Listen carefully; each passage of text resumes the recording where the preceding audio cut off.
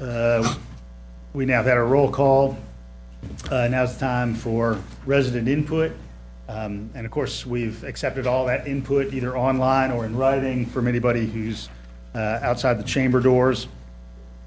And so first order of business is to read that input so that it's here for the record. And I have copies of all this for the clerk, so she has their names. So input from Zachary Gombar of Pine Lane Drive. He writes, I feel as if we need to shut places like the mall down for the time being. I feel the fact that we cannot be in the same room as y'all is proof that we should not be putting that many people working in a place with so much foot traffic at risk. Even though some companies are closed and are cutting hours, there are still plenty not willing to protect their employees. So as a concerned citizen with loved ones working at Georgia Square Mall, I ask for y'all to take steps to enforce a quarantine or social distancing to protect the workforce when the mall and companies will not.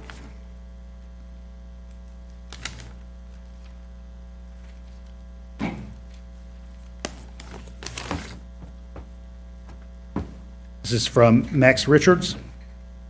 To whom it may concern, I want to apologize for my handwriting, not being able to deliver this in person or having speech prepared, and the lateness of this meeting did not provide me with optimal conditions. I want to first off say that I'm not a part or representative of any fraternities. I'm a college student whose income comes exclusively from the county. I work for the athletics department and already cannot report to work until April 14th, and with this curfew, I'll not be able to earn any extra income whatsoever. What this committee is not considering, however, is rent payments, house payments, food payments, and student loan payments I'm still required to make. How am I supposed to make these with all income being shut off? This effectively handcuffing me into not being able to pay for anything and not make any money, while the lack of ability to read my comments in person, as well as the fact that you called this meeting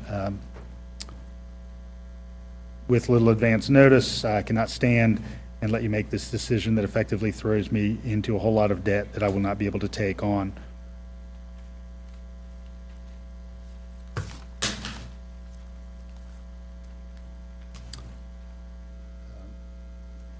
So, unattributed question. As part of the county's emergency response, it's listed that you will be voting on and potentially passing a curfew ordinance. Although I do not oppose such a measure, generally under these circumstances, I do oppose this measure specifically. The problem with this measure is that it seems to be a violation of an unlawful act. This is problematic at best and socially unjust. The goal of this curfew is to preserve the health and wellness of the residents of Athens-Clarke County. Increased arrest fines and police/citizen encounters is not the answer. To be clear, a curfew is appropriate under these circumstances, but a curfew that prescribes unlawful acts is unjust. Curfew can carry moral weight without police power, and an appropriate curfew that is rooted in justice does not create negative police-citizen encounters. You should pass a formal resolution to act on the moratorium on evictions and have the sheriff's office not assist in evictions, and this is from Travis Williams. From Thomas Buse, allow me to introduce myself. I'm executive director of the Georgia Retailers, representing Georgia's retail industry, as well as most of Georgia's chain drugstores. I have concerns and I'm seeking clarity regarding section 3-4-11, the area regarding exempted persons, specifically, quote, authorized and essential healthcare providers.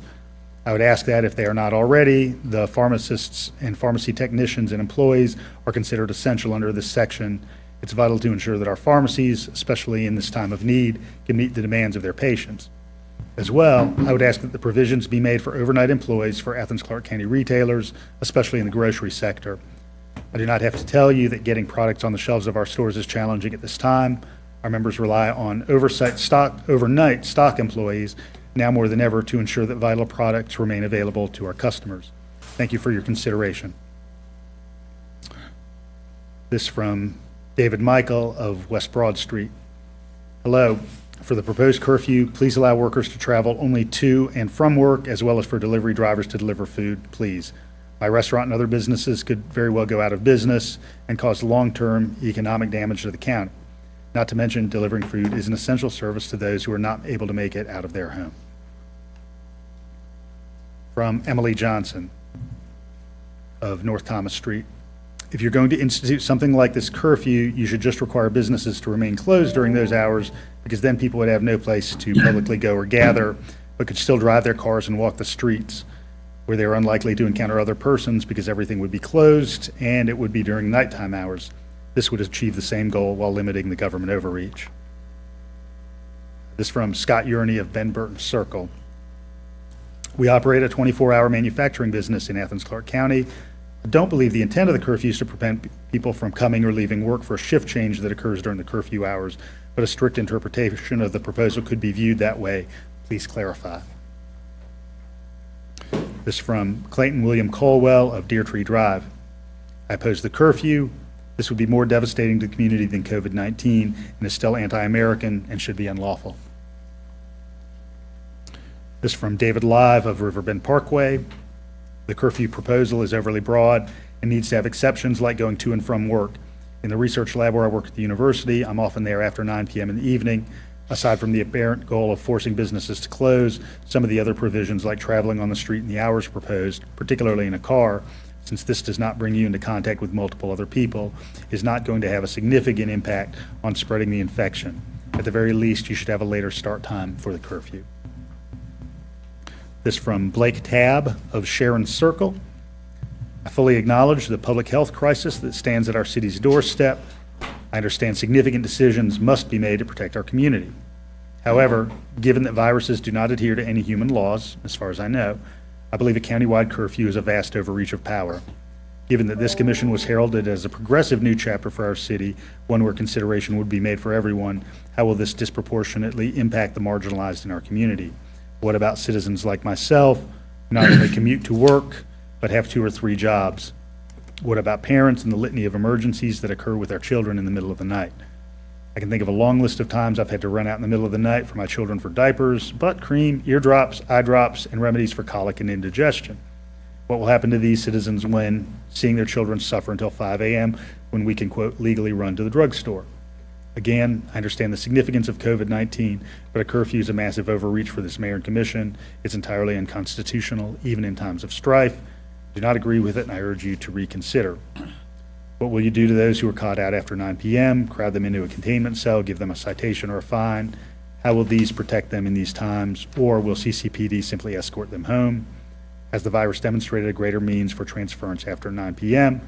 So if you do decide to proceed in spite of civic input, is there a sunset provision to end this curfew? This from Kathy Lawler of Huntington Road. I work in healthcare, and I think the proposed curfew from 7 p.m. to 5 a.m. will have zero effect on the transmission of the virus. I would not support this agenda item for any reason. To my way of thinking, this is a complete waste of time and attention that could be better focused on other matters. Why in the world would we ask our emergency services to stop when what they're doing in order to keep citizens from driving their vehicles? From Joe Steyer of Livingston Trail in Bogart. If a curfew is implemented, can I still travel home from work? This from Ariel Ackerley of Burney Street. I'm in opposition to a curfew. If a curfew is enacted, local governing bodies should recognize that businesses will be shut down and should implement measures to protect, support businesses and employees affected by the closures. This from Nat Carmack of Buckeye Point. Please be certain to allow an exemption for all work-related travel, including not only getting to or from work, but travel in the course of duty as well. This from Jessica 4 of Jennings Mill Road. There should be a blanket exception for walking or biking near one's home. People need to take dogs out as needed and need fresh air and exercise. This is possible without having any contact with others.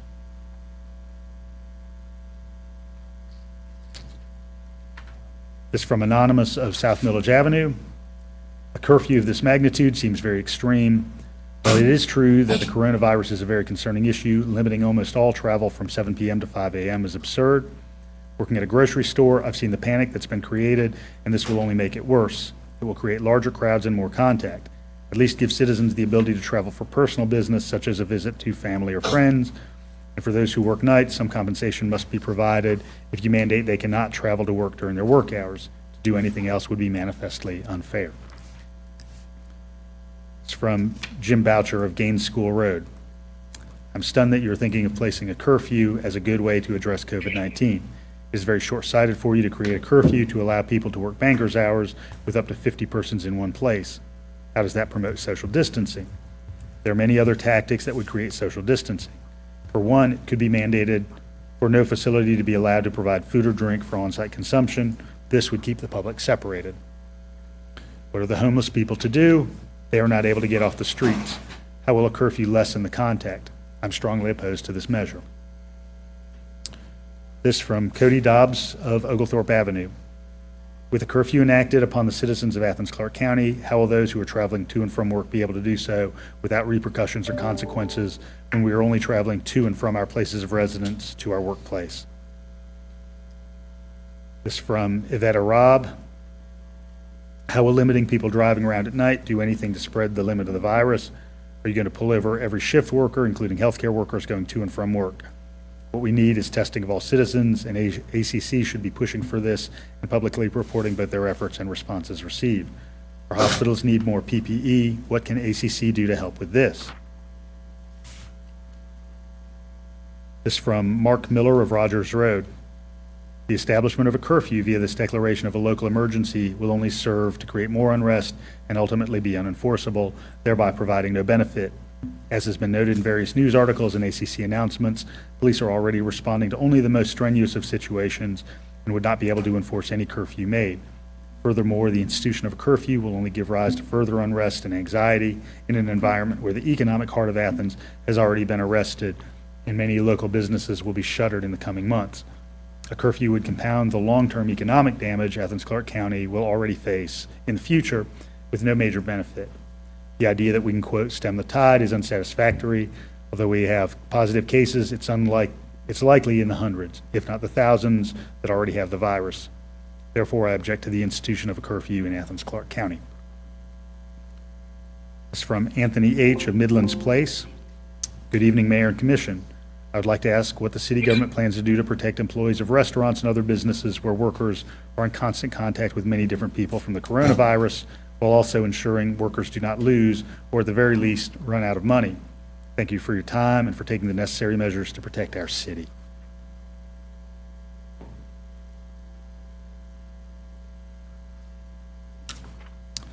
This is from Kevin Jones. Curfew can be abused to initiate police contact with people of color. This reeks of the Nazi Germany stereotype of being asked for your papers to travel. The exceptions provide a context for the police to determine if you have the rights that are already guaranteed in our Constitution. Our government should remind us of our responsibilities to our community, not attempt to remove our rights. Please protect our Constitution and vote no to a curfew. This is from Wes Chapman of East Broad Street. While I understand the many and valid reasons for a curfew, I think 7 p.m. is unreasonably early. There are many perfectly valid reasons and socially responsible ways to be out in public at such an hour, especially with the days getting longer. Many of us rely on times for walking, running, or other exercise to de-stress from the current situation. I see no manner in which activities such as running and cycling pose any threat to public health. Please consider quality of life issues when making this determination and understand that the more reasonable the ordinance, the more enforceable and effective it will be. This is from Charles Evans of Heidi Place.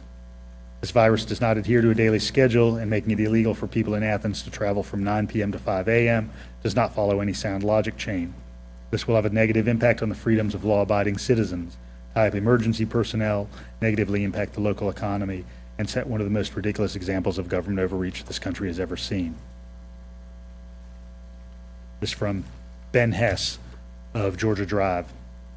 This will create logistical problems for people who must travel after hours due to circumstance of their livelihoods, provide care for others after hours. This also compresses the available time that citizens may pursue medicine, food, and other supplies, therefore diminishes citizens' capacity for distancing. Please do not adopt this following proposal. This from Maisie Flowers of Windy Hill Place. While being cautious is certainly in everyone's best interest, regardless of age or level of immune support, enacting a curfew is probably a bit too ambitious at this moment.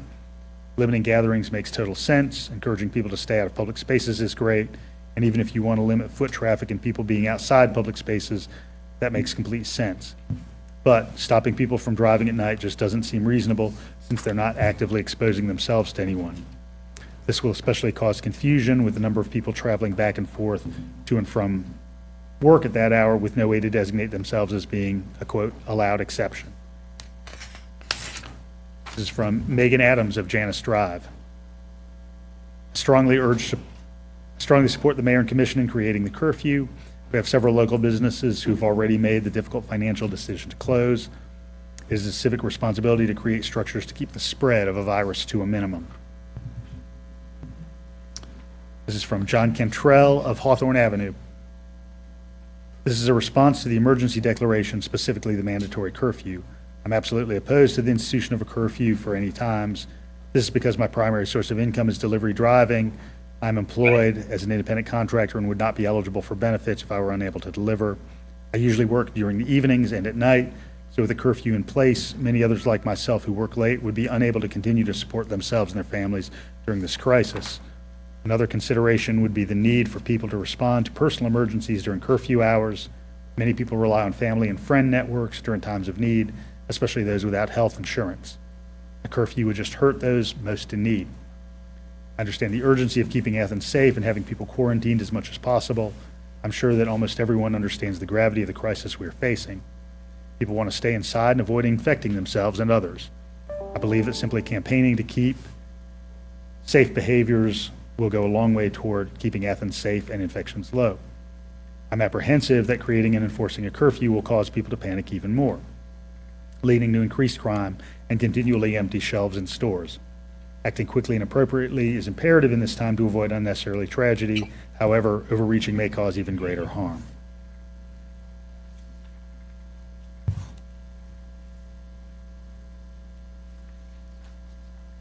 This is from Lincoln Adams of Greenwood Lane. The ordinance as it's currently written seems to me to make it illegal to walk down a sidewalk after 7 p.m. without justifying your business to the police. While I understand and fully agree with the need to limit large gatherings of people, I feel very strongly that this ordinance needs to be rewritten in such a way that individuals without access to automobiles can move themselves via sidewalk at any hour without having to justify their business to anyone. Criminalizing people for walking down the street is not something we do in a free country, and it's no business of the government. Why do I need to walk down a given stretch of night if I'm not loitering or disturbing anyone? The list of exemptions includes several. To me, this implies that being on the sidewalk while not expressly meeting any of the exemptions listed here would be illegal. This is not fair to the residents of the county who do not have access to automobiles. They should be every bit as free to go about their business without the prospect of being stopped and questioned as our residents who are fortunate enough to be able to afford an automobile and the protections that would grant them in travel under this ordinance. I would like to strongly urge that the ordinance be rewritten in such a way to preserve all citizens' ability to move about the country freely and without question at any hour, so long as they're not involved in a large gathering of people. To not do so would set a precedent that I think is healthy to the function of free and democratic society. This is from Megan Ann Powell of East Broad Street. I'm concerned as a downtown resident about consideration given to dog owners. 9 p.m. is early. I often need to walk my dog around 9:30 or 10. Since I live downtown, all streets are public. Can I still walk my dog? I usually walk him on North Campus. This from Leslie Spornberger Jones. The mayor and commission propose an ordinance to institute a curfew from 9 p.m. to 5 a.m., which will prohibit any form of travel with some extremely limited exemptions, which will limit gatherings of 50 people or more, and which shall be punishable as a criminal offense with a maximum penalty of 6 months in confinement or $1,000 in fine. The claim that such an ordinance is necessary to contain the virus. The claim is that such an ordinance is necessary to contain the virus.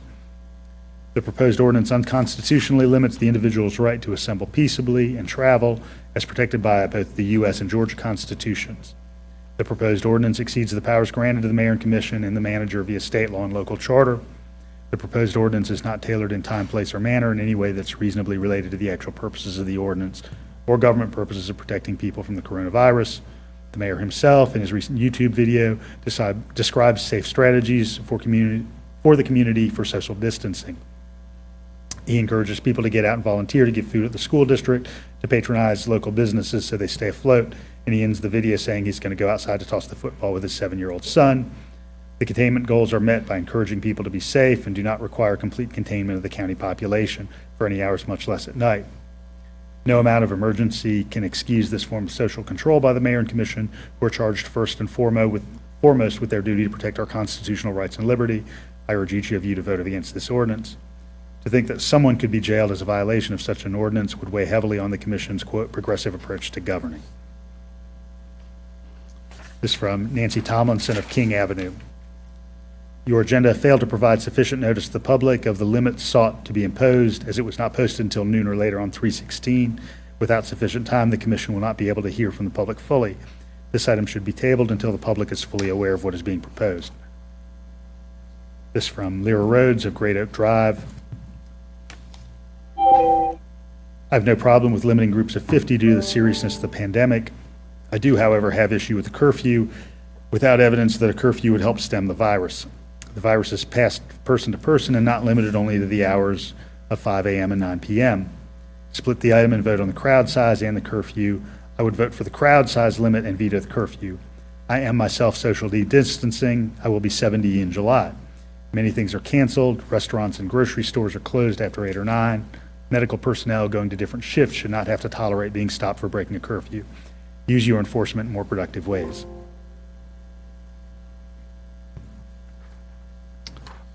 This from Larry Jordan of Maple Forge Drive. I agree with the ban of 50 or more. However, I very much disagree with the 9 p.m. to 5 a.m. ban. That is unrealistic. Do not approve this, or at least make it a midnight start time. This from Brandy Kirkwood of Athens Road. As long as people working second and third shifts are assured they will be able to get to and from work and be able to stop for necessities such as gas, food, medical care, medicine without getting in trouble, this is a good way of reinforcing social distancing for people who are having trouble taking it seriously and still insist on gathering in groups in public. This from Jacob Church of Mark Twain Circle. How does a curfew stop the spread of virus? Please provide statistics or expert suggestions. The real reason for the curfew is you don't want college kids going out every night since there is no school. However, you are hurting the bars and restaurants along with their employees, like myself. Limiting the number of people in an area does make sense, but a curfew is just an abuse of power. Do not impose a curfew, and please allow service industry workers to continue to make a living. This is from Chris Struther of Lakeover Circle.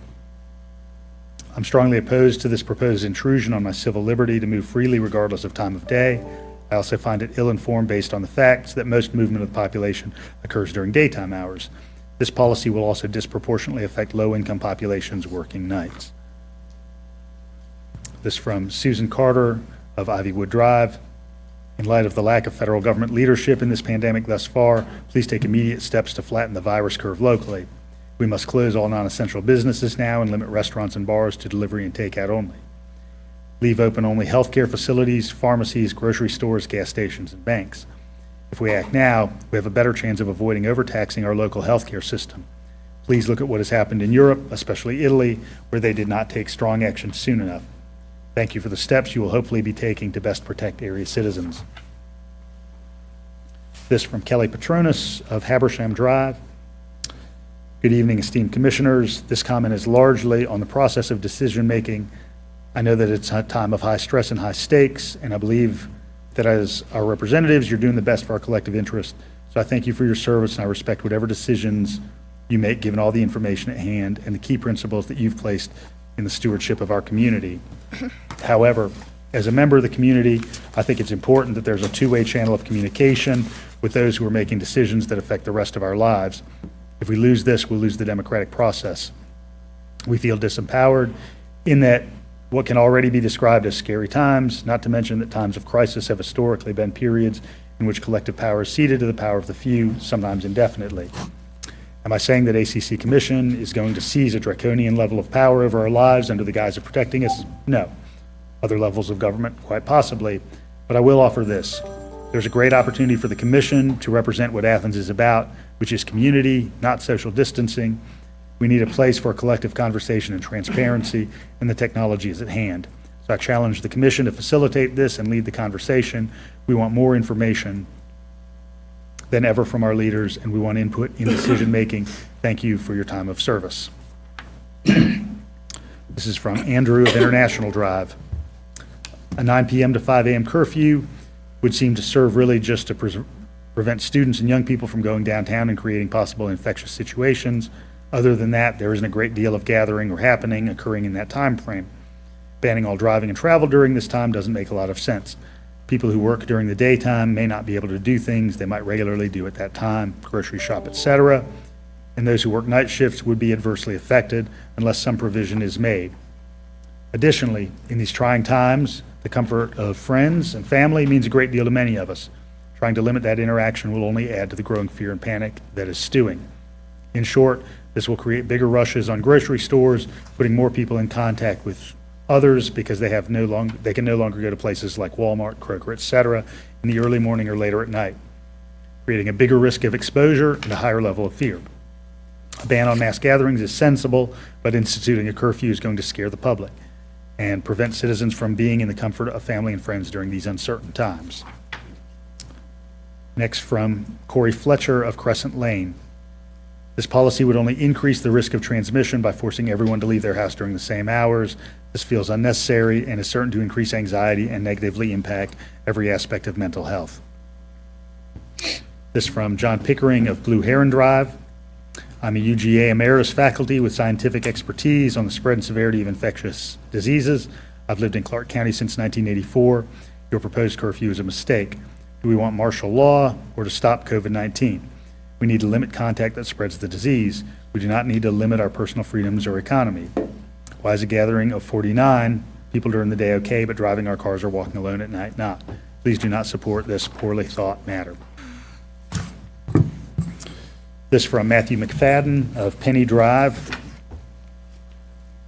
This curfew is essential to enact in this city, especially with all the college students present with no class to attend for 2 weeks.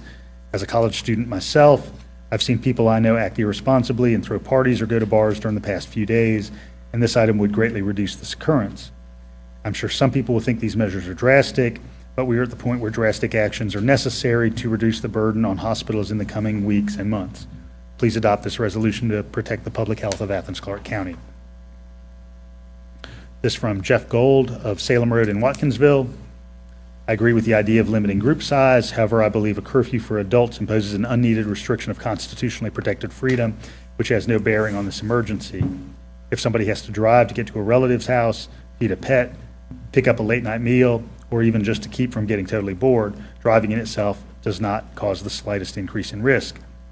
If months into an emergency, there suddenly was looting or break-ins or people running out of food, I can see a large city enacting a curfew, but something like this is going to do much more harm than good. I'm fine with limiting gatherings to an even smaller size. Pass a rule saying people at a gathering need to be at least 6 feet apart. Pass a rule stating that doors must be left open whenever possible at gatherings and in public spaces. I haven't heard anyone suggest this yet, so everyone doesn't have to keep touching the same doorknobs and handles. Curfew, as I stated above, I feel is a constitutional violation of this case, and as much as anyone, I support controlling the spread of the virus. I will consider driving around Athens after curfew hours with a protest sign, which obviously would not pose risk of infection to anyone or myself, to protect my rights as a citizen. There are emergencies like this where extra steps are needed, but they can be done without violating personal liberty and constitutionally protected freedoms. This from Barbara Gary of Caldwell Circle. I'd like to know what a curfew is intended to do. Whom does the commission wish to keep off the streets and why? It seems to me more crucial to limit severely the number of people together, not just 50, even 10. This is from Kelly of Baxter Street. Can you tell me how it is exactly that this will affect restaurants, specifically those who the curfew would not apply to? This is from S. Barrett of Oak Ridge Avenue. Do not impose a curfew. This is from Caitlin Mertzluff of Pine Needle Road. This is a fantastic idea. I'm a public health professional, and I thank you for being proactive and taking this step seriously. Also, if you're not already familiar with the source, the CDC offers a sub-county census tract level database with population counts based on the American Community Survey estimates of particularly vulnerable populations for emergency responses. The most recent data from 2019 were just released, not included in the interactive map, but available for download. Please keep these socially and physically vulnerable communities in mind in response and communication efforts, particularly our non-English speaking neighbors, and let me know if I can help in any way in interpreting or mapping this data. My colleagues created this tool, and I'm one of the team of spatial epidemiologists who maintains and updates it.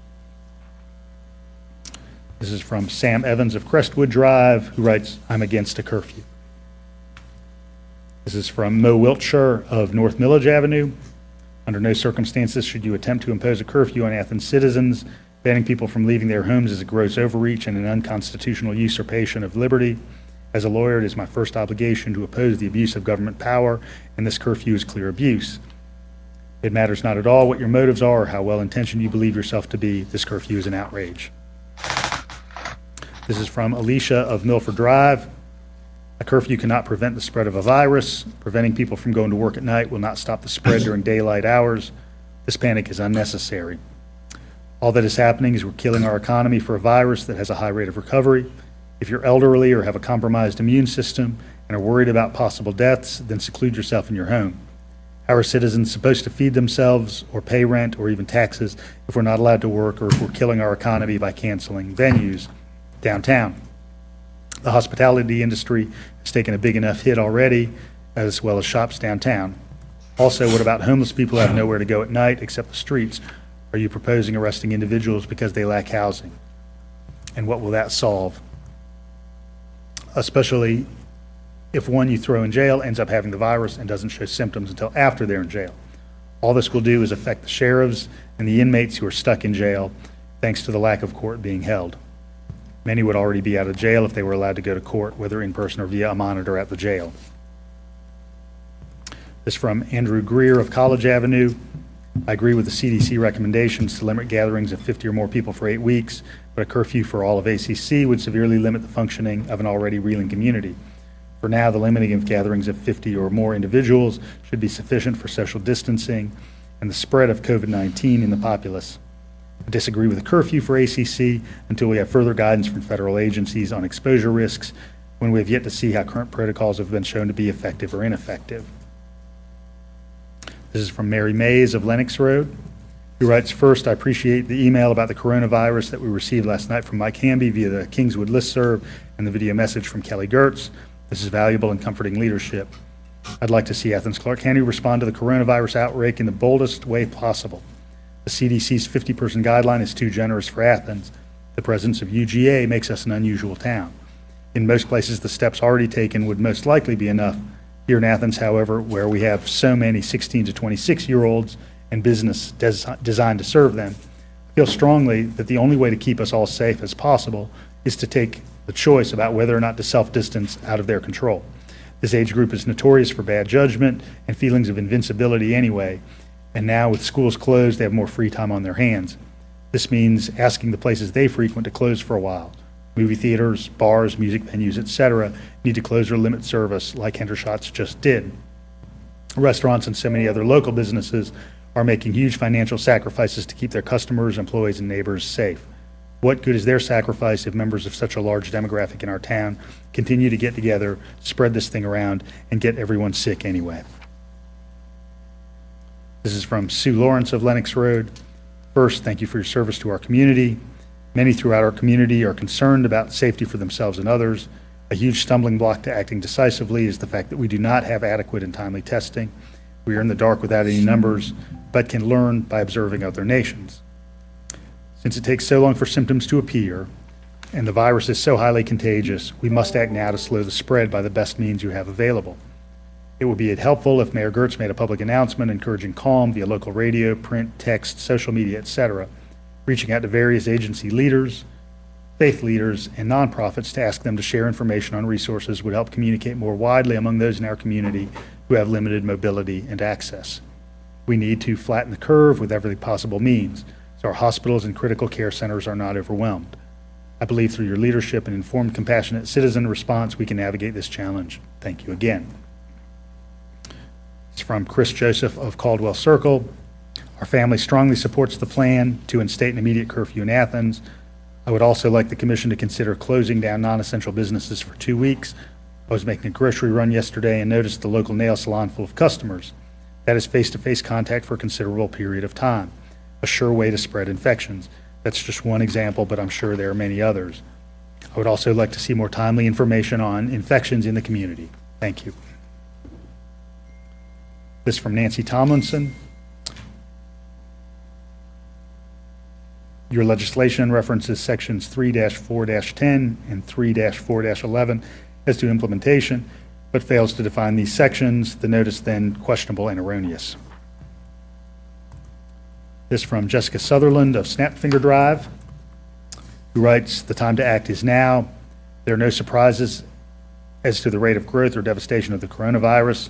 Every single county that has taken a conservative route to deal with this pandemic has been met with disaster, been overwhelmed in their medical capabilities, and they've been left with the only choice at their disposal to shut every non-essential business in town. Our numbers almost exactly match the rate of growth in Italy. On February 23rd, Italy had 155 infected. On the 5th of March, the U.S. had 159 infected. 6 days later, Italy had 1,128 infected, and 6 days later, the U.S. had 1,135.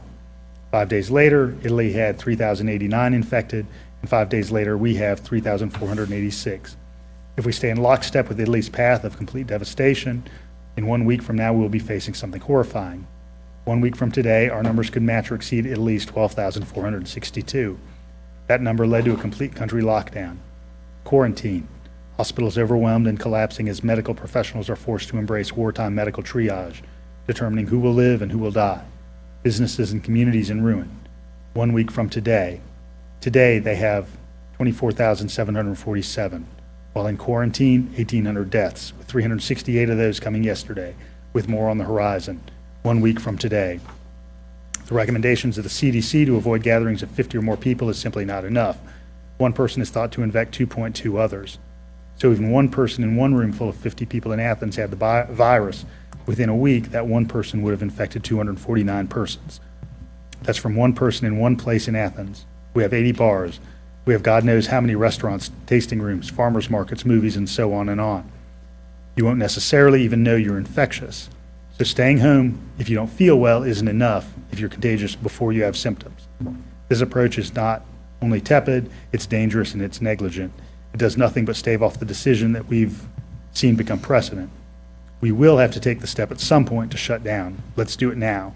Let's do it before our situation is so dire that we're left without alternative. Let's do it when we can save lives, when we can shorten the overall impact on the community. The thought is often to keep the economy humming as long as it can. By keeping places open, we're actually doing the opposite. We're creating mass breeding grounds for the growth of the disease. This is from Frank Jackson of Lumpkin Street. All non-essential activities should be canceled immediately. This means closing down all restaurants, bars, dog groomers, yoga studios, gyms, hair salons, nail salons, hardware stores, and plant nurseries. Everything except grocery stores and medical services. In particular, library staff at ACC libraries should not be reporting to work. If the library is closed, there's no reason for staff to be there. The concept of social distancing is not enough.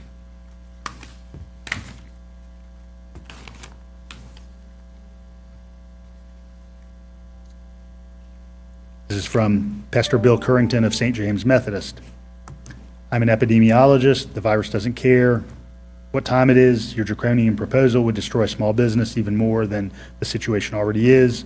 There are literally 2 cases in Clarke County. The proposal is way over the top. Also, your proposal contains no mention of how long the curfew will last. You will increase panic and cause needless arrests and distrust in our leadership. Please make the right decision. Excuse me, this is from Mike Francis, PhD student at the University of Georgia.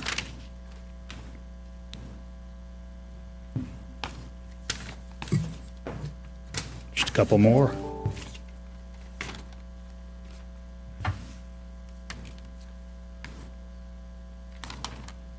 I operate 2 restaurants in Athens, employing nearly 100 persons.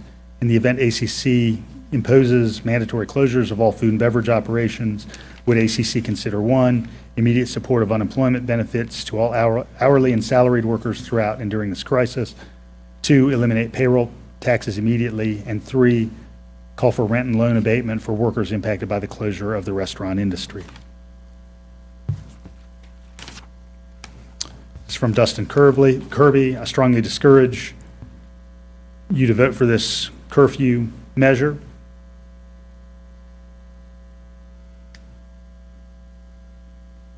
It is unconstitutional and unenforceable. Be conscious of the overreach of the government in times of fear and crisis. The Constitution was written specifically to curb our worst instincts for the sake of convenience.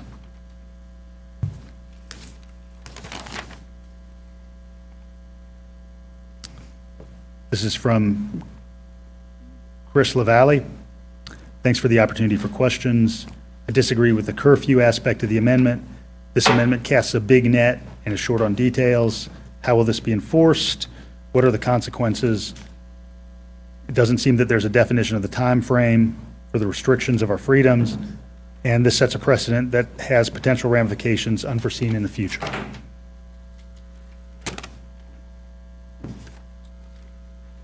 This is from Megan Westbrook of Tallahassee Road. Social isolation will have and has already had impact on people's mental health. In addition to their needs, what can and will arise for citizens between the hours of 9 p.m. and 5 a.m. People need access to their social networks. People have varying lifestyles, work schedules, and needs. This curfew is not the way to keep our community healthy. It promotes isolation that is detrimental to our social and emotional health.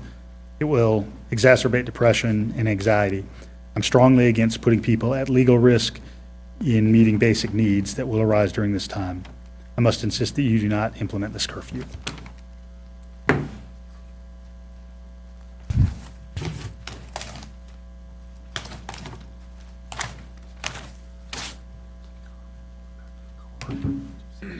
Oh, thank you. Thank you, Commissioner. I apologize for the earlier errant statement. This is from Pastor Bill Currington of St. James Methodist. He writes, "Will you please grant churches the right to hold prayer services outdoors, allowing more than 50 people to gather, provided that we observe spatial distancing of 6 feet or more per person. The people of Athens are very, very anxious, and worship opportunities provide them with a great outlet so that God can bring healing and peace to their stresses."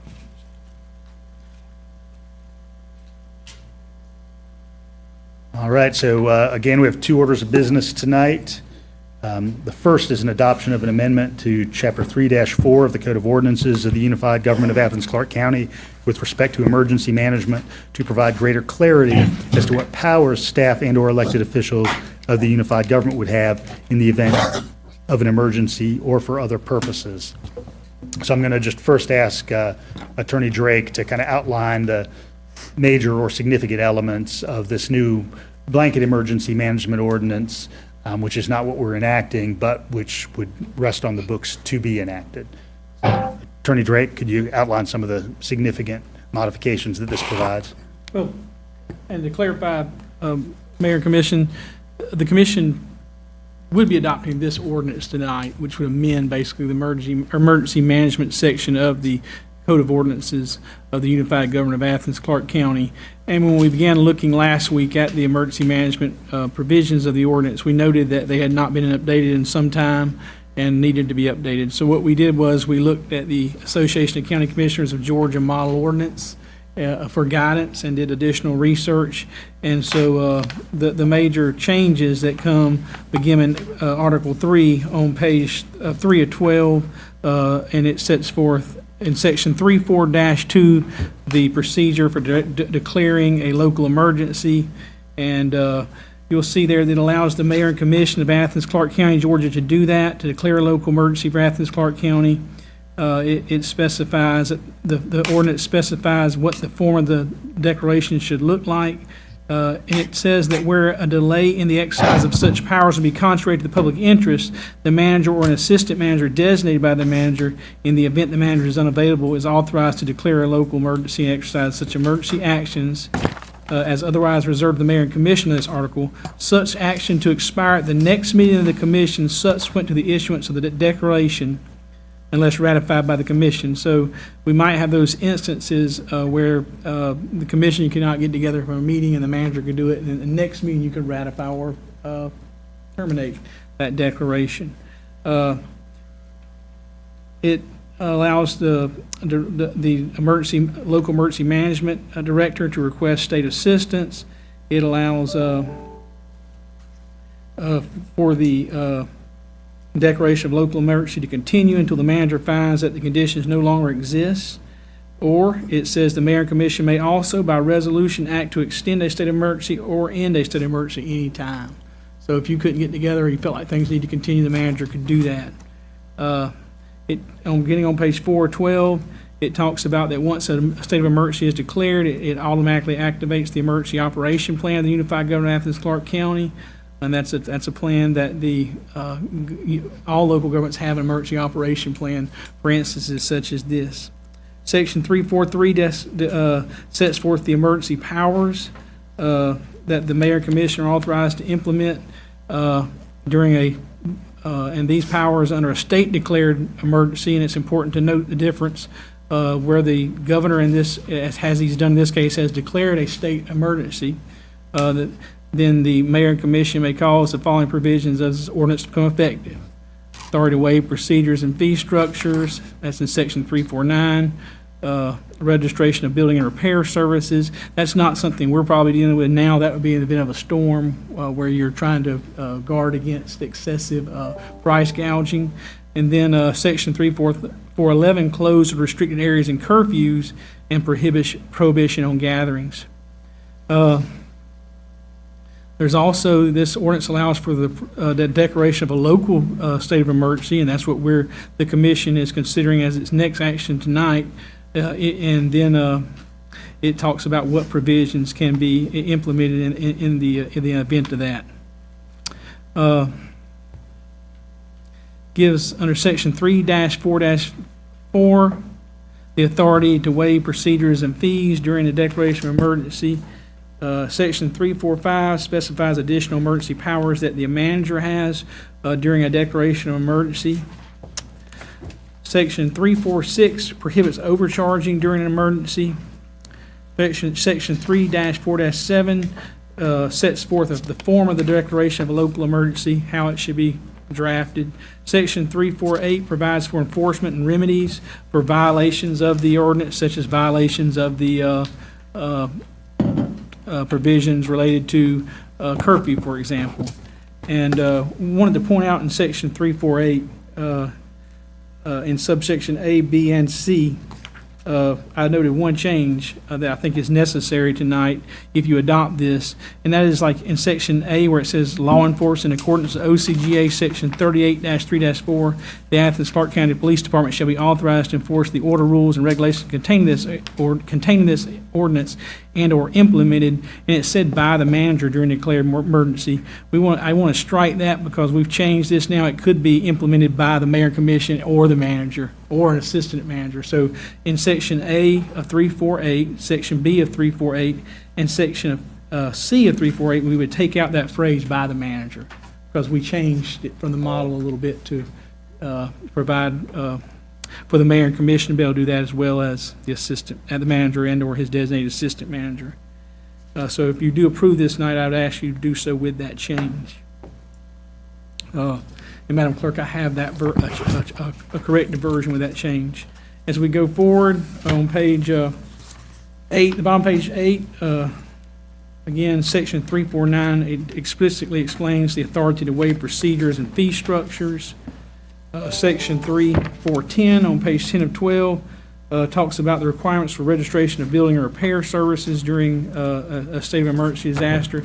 You can imagine if you had a disaster related to a tornado come through here, a significant large tornado event, you might have a lot of property destruction, which would necessitate or might result in contractors coming in from outside this area and even outside the state. And so you want it's a procedure to register those contractors so they're regulated in some manner. And then section 3-411 deals with closed or restricted areas and curfews during an emergency and prohibition on gatherings.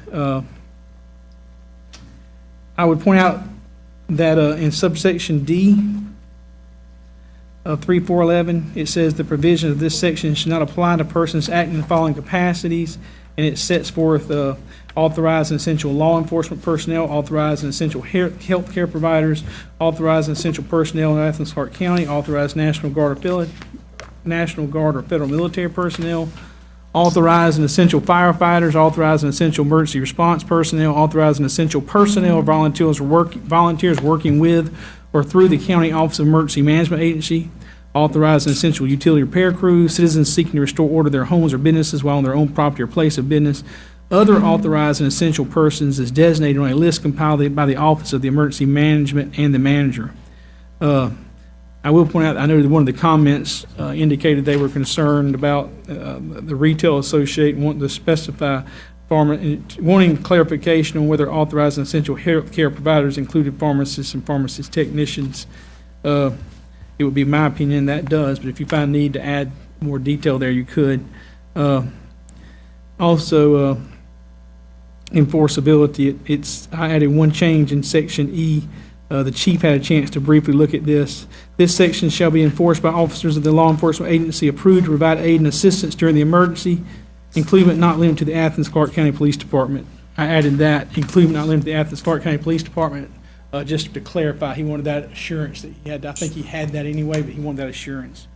Basically, that is the ordinance. I think whether or not you decide, whatever you decide to do relative to the declaration of emergency, state of emergency, which is the next agenda item, I would encourage you to adopt this. I think it brings us more in line with the type of ordinance we need to have in our emergency management ordinance we need to have for the unified government of Athens-Clarke County.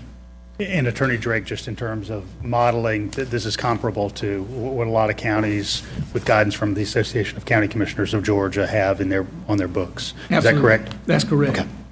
So given that we've got some people online, as I mentioned earlier, I'm just going to go around and see if there's any interested input from members of the commission. Commissioner Davenport? Just one question on 3411. I know you just touched base with that. So there's a lot to read. This is prohibition on gatherings under the declaration. So like, let's say there's a tornado and it destroys a neighborhood and people gather to console each other. That's prohibited. Well, generally where you'll see this type of thing enacted is a lot of times on the coast, for example, if everyone vacates pursuant to an order of the governor to vacate the coast because of the threat of a hurricane, you might see you'll see a state of emergency declared. Then you might see the locals declare a curfew because they're concerned about the potential for rioting or looting. I think if you notice, there is an exception for people who are going back, citizens seeking to restore order to their homes or businesses while on their own property and place of business. I think would be an exception where you often would see people gathering to console each other. So that would probably be covered by that. You've seen that before on the news, national news, where you'll see people going back, and they usually get permission to return to their homes. But it does appear that even if they're there, they have a right to be there to keep their home from, it says citizens seeking to restore order to their homes or businesses while on their own property or place of business. So I think that would cover your concern there. Okay, thank you. Any other questions, Commissioner Davenport? No, sir. All right, I'm going to turn to via video Commissioner Parker, see if she has any questions or considerations she wants us to be aware of. Oh, no, I have no.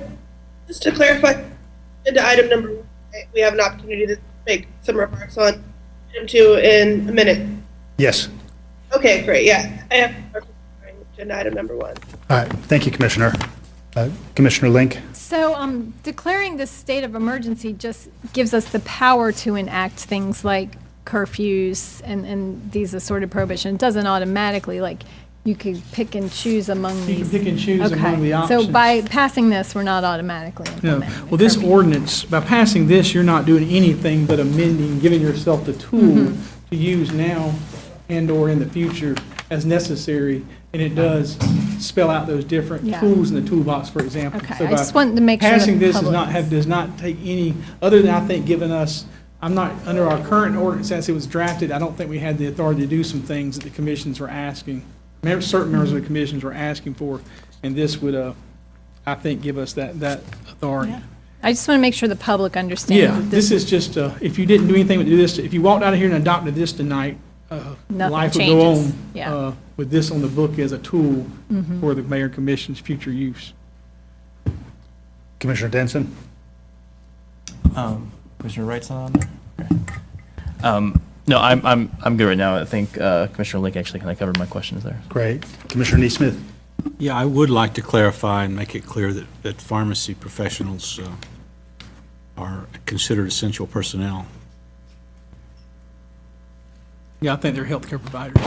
Yeah, so do we need to add that? Oh, you want to add that Yeah. additionally? We sure can. I mean, we can add, I couldn't find it in this document, which I but can on hardly page, read. page 11 of 12, you'll see the provisions. Well, my under- document isn't even numbered, so I don't know. So this is under 3-4-11. Section 3-4-11, which is the next to the last page, I believe. Yeah, I know, I went back and numbered it after I sent it Oh, I out. see the problem. I don't have that page. It's online now, too. And so there's sort of a litany of people to whom this does not apply, and item number 2 is authorized and essential healthcare providers. And then it Do lists, do you wish that to be, We could say More included, but not specific. limited to pharmacists and pharmacist technicians. or just say including. Okay, Yeah, including and including, not yeah. limited, okay. That's fine.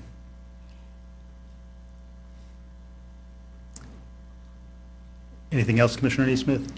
No, thank you. I Okay. think this is something we need to have in our pockets. All right, I'm going to turn to Commissioner Harrod, who via audio is with us. I'm good. I don't have any questions. Okay. Thank you, Commissioner. Commissioner Edwards? Commissioner Thornton? First of all,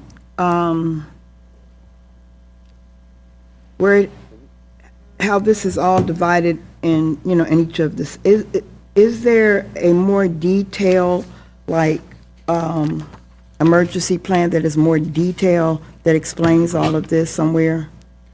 Manager Williams, could you talk a little bit about our emergency management plan broadly? Yes, ma'am, there is. Related to some of these provisions, there's not, but there is an overall, we have a pre-disaster mitigation plan, we have continuity of operations plans, we have an emergency response plan, we have a post-disaster response plans. There's a number of plans that we have to prepare for different eventualities. So if there is somewhere a plan that talks about evacuations, is there such a plan somewhere like that? It's going to be general, and it's going to be specific to different disaster events. It's pretty situational. At some point, and not now, I would hope that you would sit down and go over that with me. The other thing, Jerry mentioned about Commissioner Neesmith mentioned about pharmacists and pharmacy techs. The health field is huge now, and I'm just wondering, are there other health providers that should be spelled in or written in, or not to name everybody, but is limiting that the best thing, considering all the other professions and areas of healthcare?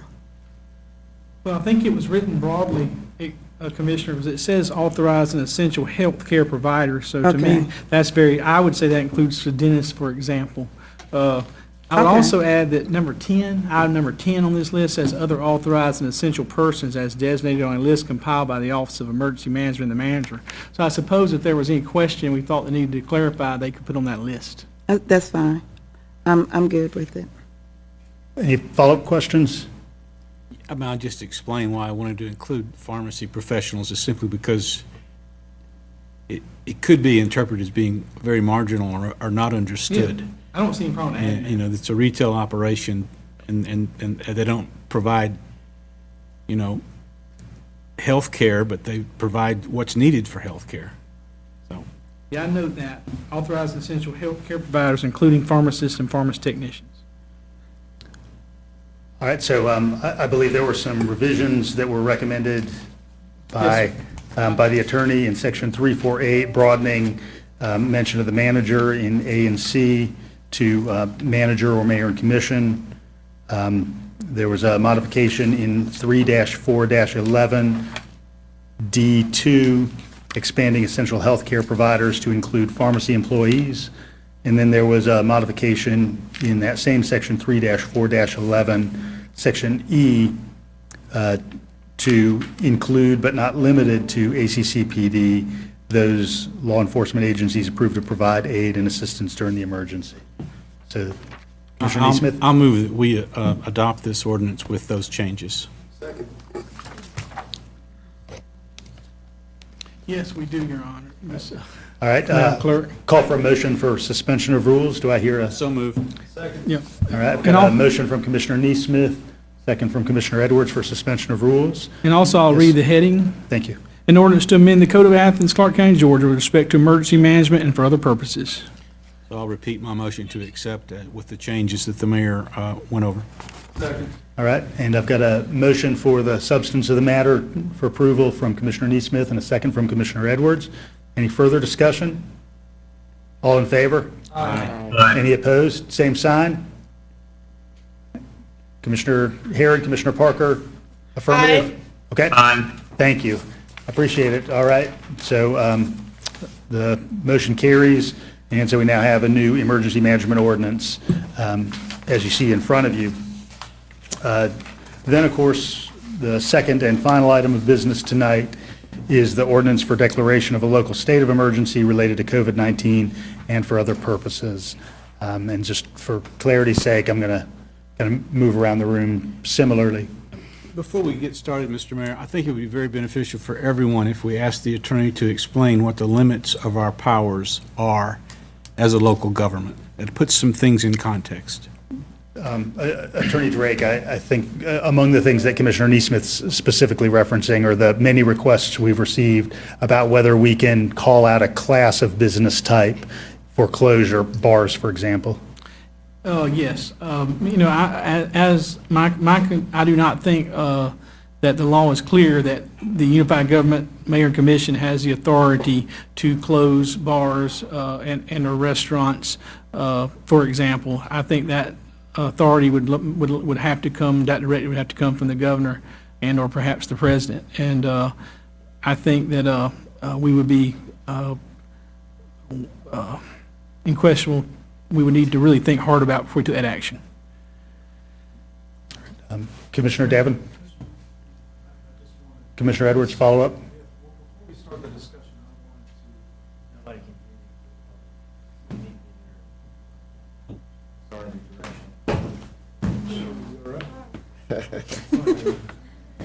Gravity's working all the time. Before we started the discussion,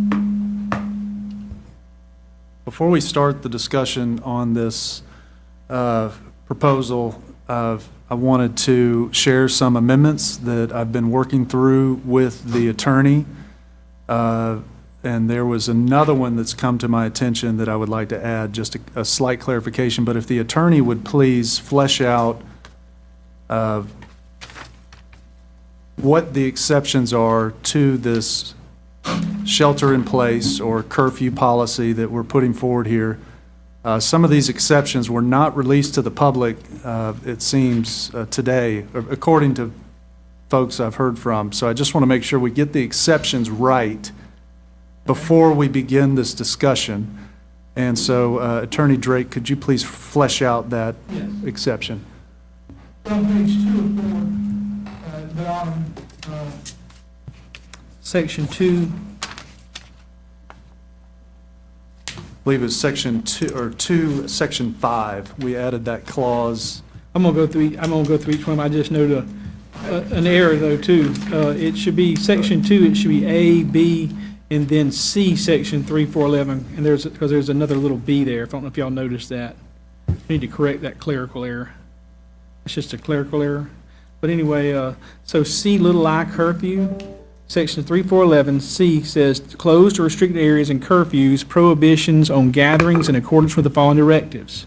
Beginning at 7 p.m. on Tuesday, March 17, 2020, and concluding at 5 a.m. on Tuesday, April 7, 2020, unless otherwise extended, it shall be unlawful for any person to loiter, wander, stroll, or play in any public place within the territorial limits of Athens-Clarke County, Georgia, between the hours of 7 p.m. on any day and 5 a.m. of the following day, provided, however, that this provision shall not apply in the following instances. These are the exceptions that the Commissioner is talking about, Commissioner Edwards. when a person is upon an emergency errand, when a person is traveling to or returning directly home from lawful employment that makes it necessary to be in above referenced places during the prescribed period of time, when a person is attending or traveling directly to or from an activity involving the exercise of First Amendment rights of free speech, freedom of assembly, or free exercise of religion, when a person is engaged in interstate or intrastate vehicular travel through Athens-Clarke County, Georgia, when a person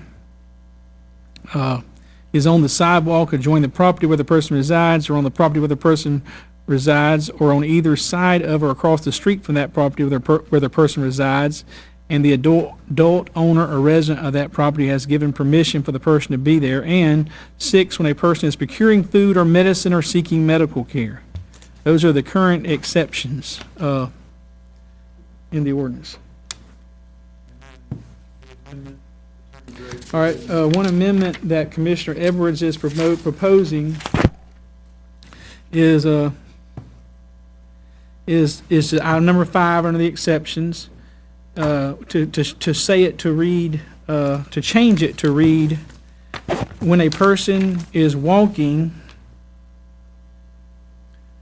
or running to or from their residence for recreational or fitness purposes. When a person is walking or running to or from their residence for recreational or fitness purposes.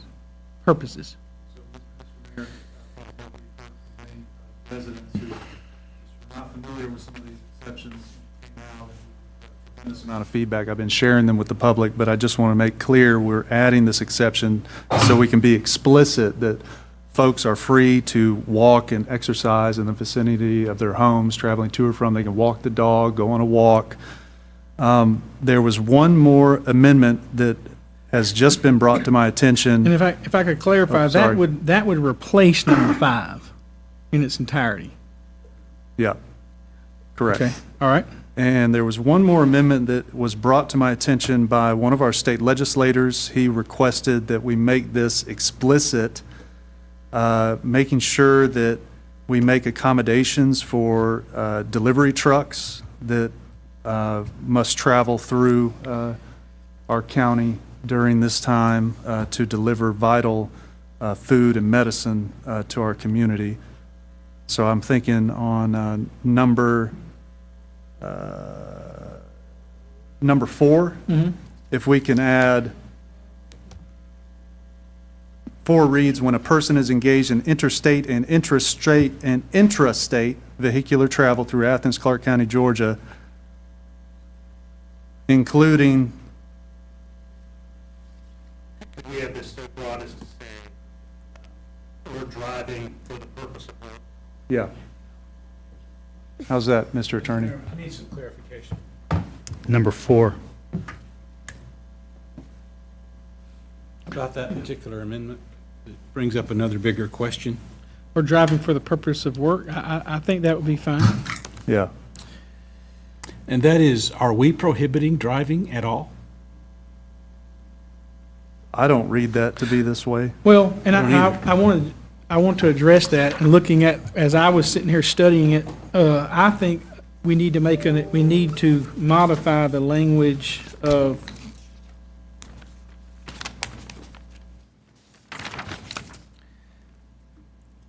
Section 2 related to the curfew. I noted that right now it doesn't appear to apply to driving, because I was comparing this language to the language of our actual ordinance that we've just approved, and I think we should make it match the curfew language in there. And so I would suggest that we change it to read as follows. Beginning at 7 p.m. on Tuesday, March 17, 2020, and concluding at 5 a.m. on Tuesday, April 7th, unless otherwise extended, it shall be unlawful for any person, and this is taken directly from 3-4-11, unlawful for any person to travel, loiter, wander, or stroll in or upon the public streets, highways, roads, lanes, parks, or other public grounds, public places, public buildings, places of amusement, eating places, vacant lots, or any other places. Yeah. within the Well, I could- territorial limits of I could Athens. not support that. I don't think driving has anything to do I don't either. with any of this We are, particular situation. Well, but I'm glad you made that point, because I want to let you, because it was some commissioners who were asking me whether that applied. As it's presently written, I'm not, I don't think it reads that way, I that think we driving need to be applies. explicitly, It doesn't, I well, agree. Attorney Drake, exception 4, when a person is engaged in interstate or intrastate, Yeah. that means in the state of Georgia, vehicular travel through Athens-Clarke County. I don't disagree, but as I studied it and looked, that's an exception. And while it's stated as an exception, when I look at the rule, which is above, it's not clear to me unless you add this language that's in our ordinance, Right. the word travel, that you're covering that. right, it's not needed. That exception isn't needed I because mean, we're yeah, I not agree, the covering. exception is not needed the way it's drafted. I mean, when I study it, and I recognize that. And I came to that conclusion as we're sitting here, because we've done this so quickly. I've had to kind of, but it's just, I'm just telling you, if you want to make it clear, you need to follow, that it includes travel, you need to follow the language of the ordinance that we approved and make it specifically include that, you I know? don't think in this specific instance, we need to prohibit driving at all. Commissioner Link? Well, that's a policy decision yeah. that this board will have to decide. First of all, I've got a series of questions. First of all, was an epidemiologist consulted in the drafting of this? No, well, as far as what I drafted, I have not. This language related to the curfew Did- comes from Commissioner Edwards. So because I've not heard any direction on how a person in a car driving from one place to another, or a single person walking in the street or on the sidewalk going from one place to another for any purpose whatsoever has anything to do with transmitting the virus. I think what we're really aiming at is limiting public gatherings. And right before all of us even headed over here, the federal government came out with new guidelines for public gatherings. In a lot of ways, this ordinance that we have before us is overly draconian, but it's also overly lenient. The new federal guidelines are no more than 10 people in a gathering. So I feel like we could eliminate the need for, I don't think we need a curfew. We could eliminate the need for the curfew and achieve the purpose, which we're trying to achieve, is that to limit the spread of this virus. This virus spreads when people come in close contact with each other. We want to limit the reasons, the opportunities for people to come in close contact with each other. So if we simply eliminate the curfew, don't even instill a curfew, but prohibit public gatherings of more than 10 people any time of day. This virus isn't nocturnal. If we just simply lay down a prohibition on public gatherings of more than 10 people at any time of day or night, and we can make some exemptions for that. Whether, we can exempt grocery stores, we can exempt pharmacies, we can exempt places of work. I imagine our factories are still functioning and taking appropriate distancing protocols. I imagine our telemarketing businesses are still functioning. I mean, life has to go on. And people should be allowed to leave their homes and walk around their neighborhoods, or drive somewhere and walk around for whatever reasons, as long as they maintain that social distance. Maybe we should be specific that, these gatherings can include members of the same household if you want to, push your baby in the baby carriage to take a stroll with your spouse. But I don't think we need a curfew. There's no reason for a curfew. What we want to limit is people coming in contact with one another, whether they're on the public streets or whether they're in a restaurant or whether they're in church. It doesn't matter what time of day or night it is. We just want to make sure that they are not coming in contact with people outside their immediate household who they're in contact with every day. Commissioner Davenport? Yeah, see, this is what I was trying to explain via my email this weekend, that we should lead, as an authoritative body of the government that the people are looking towards for guidance and help. We should lead by educating, educating the public of what's out there, the severity of the issue, educating the public of precautions of what to take. This out the gate I don't accept it and I won't vote for it. But I have a series of questions, and it's not that I don't care. It's people. Just one question I have, well, several questions I have to Attorney Drake on freedom of assembly. Can you explain that in this context? On 3. Yes, the section, the section you're talking about and that Commissioner Link was alluding to is on page 3 of 4, prohibition of gatherings. And it states between 7 p.m. on Tuesday, March 17, 2020, which is tomorrow, and concluding on 5 a.m. on Tuesday, April 7th, 2020. That's our next meeting. You could always act to extend it then, unless otherwise extended. All public assemblages, events, and gatherings of 50 or more people within the territorial limits of Unified Government of Athens-Clarke County shall be prohibited. I would say that, I want to point out that this language mirrors the language that the City of Atlanta Mayor Bottoms implemented yesterday, except she did 250 people. Yeah, So but we're following. one of the provisions of this section shall not apply in the following instances. Number 3, when a person is attending traveling directly to or from, Okay. and freedom. I misunderstood you. I'm sorry. And that's all right. No, that provision is an exception to the curfew, and it says when a person. I thought you were talking about the assemblies, gatherings. I'm sorry. It says when a person is attending or traveling directly to or from an activity involving the exercise of First Amendment rights of free speech, freedom of assembly, or free exercise of religion. So doesn't that mean that this is null and void? Because anybody can say that, hey, I'm exercising my First Amendment right to freedom of assembly. I think we need to just eliminate that, Patrick. Yeah, we could. Well, I mean, I think that could. There certainly, it gives a broad right of individuals to gather, and they could claim they were doing it for First Amendment purposes. If you want to eliminate it, you can. I'm not sure. I guess I was I was thinking the purpose was to make sure people had the right to gather, but Commissioner Edwards maybe able to offer some. Just some U.S. constitutional, Right. An accommodation for the rights I think- embodied in good the point. U.S. Constitution, just to protect the viability of this policy. Right, and I think that's a good idea, because that's one of the challenges you might get. So I understood that that's what it's for. I guess you think it's a practical matter, though we do this, and then on top of it, we do the restriction on the right to a number of people to gather, and so I think you have a pretty defensible policy if challenged in court, and I think that was a prudent step by Commissioner Edwards to put that in there. But you're right. I mean, a group could gather and they could say we're doing that, but then we'd say, yeah, but you can't have more than this many because of public health concerns. So, the valid point. You have to balance the constitutional rights against the government's attempt to enforce, and I think that's what we're trying to do here effectively. Okay. Commissioner Davenport, do you have some other follow-up questions, or you want to rest for the moment? I'll rest for the moment. Commissioner Denson? Thank you, Mayor.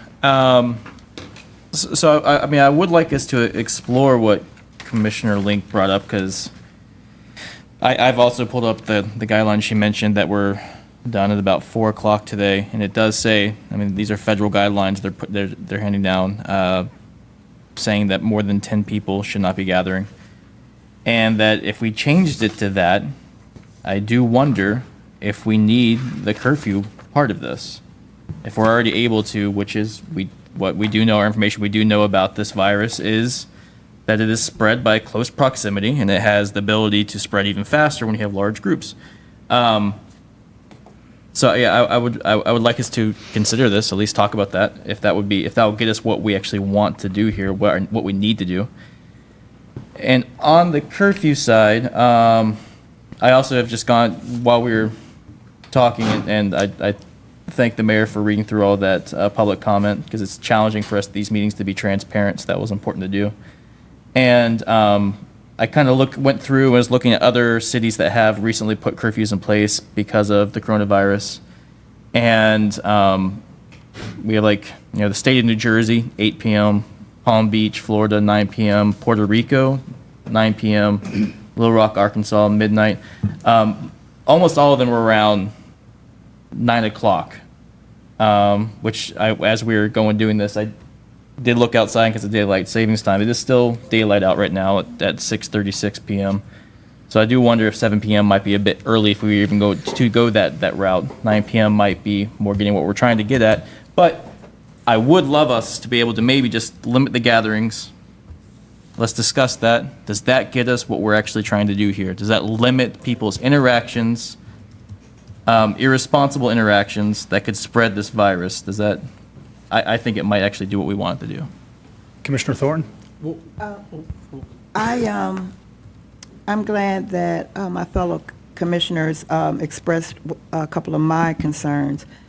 I could not support this for a lot of personal reasons, but community reasons are, I see nothing in here about our homeless and our homeless encampments.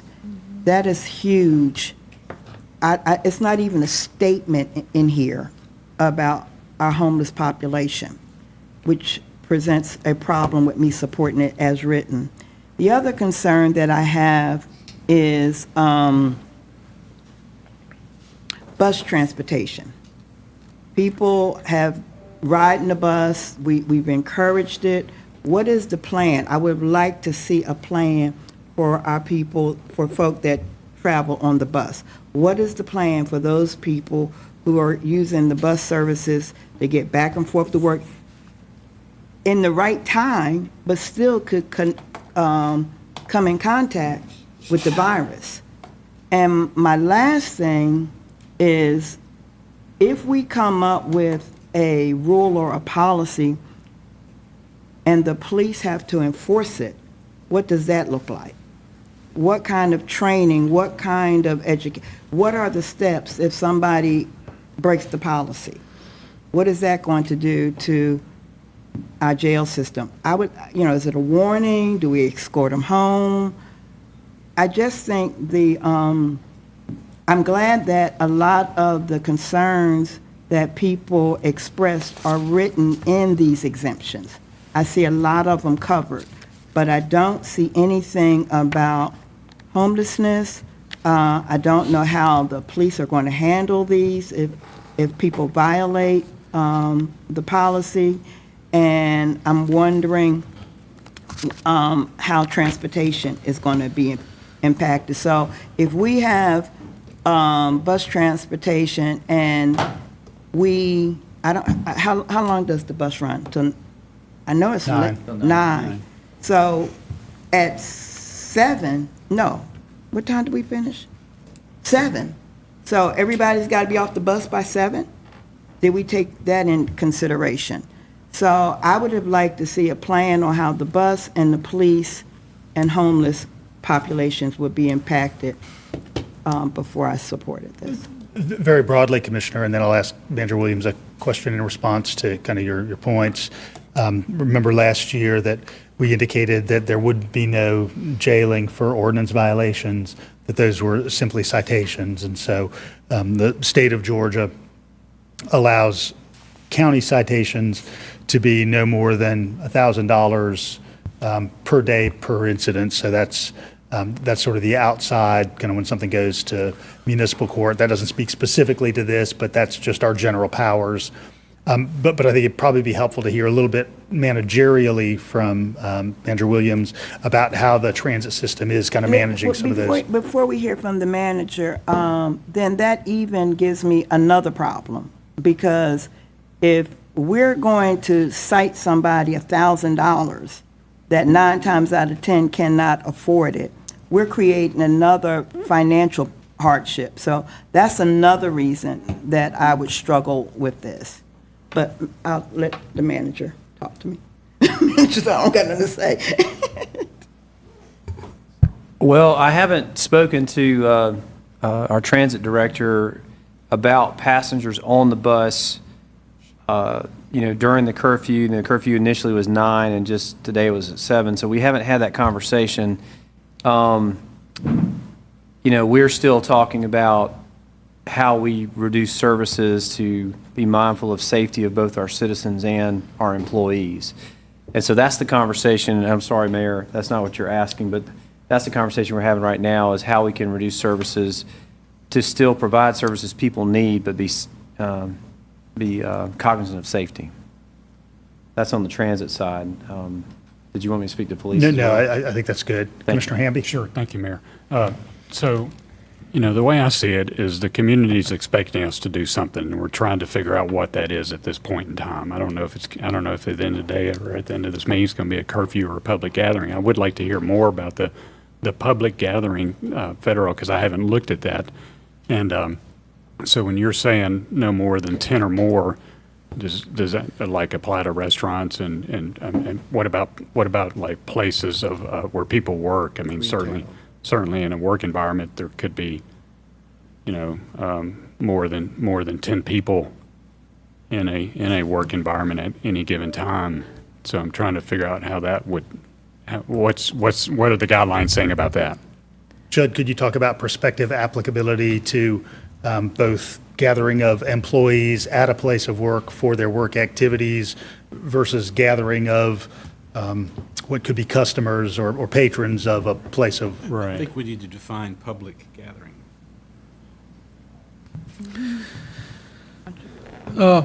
Well, as I look at the public gatherings, I'm thinking, when it talks about public assemblages, events, and gatherings, I'm thinking about public in the nature of governmental public. But if we want to specify that more, that's something we can do.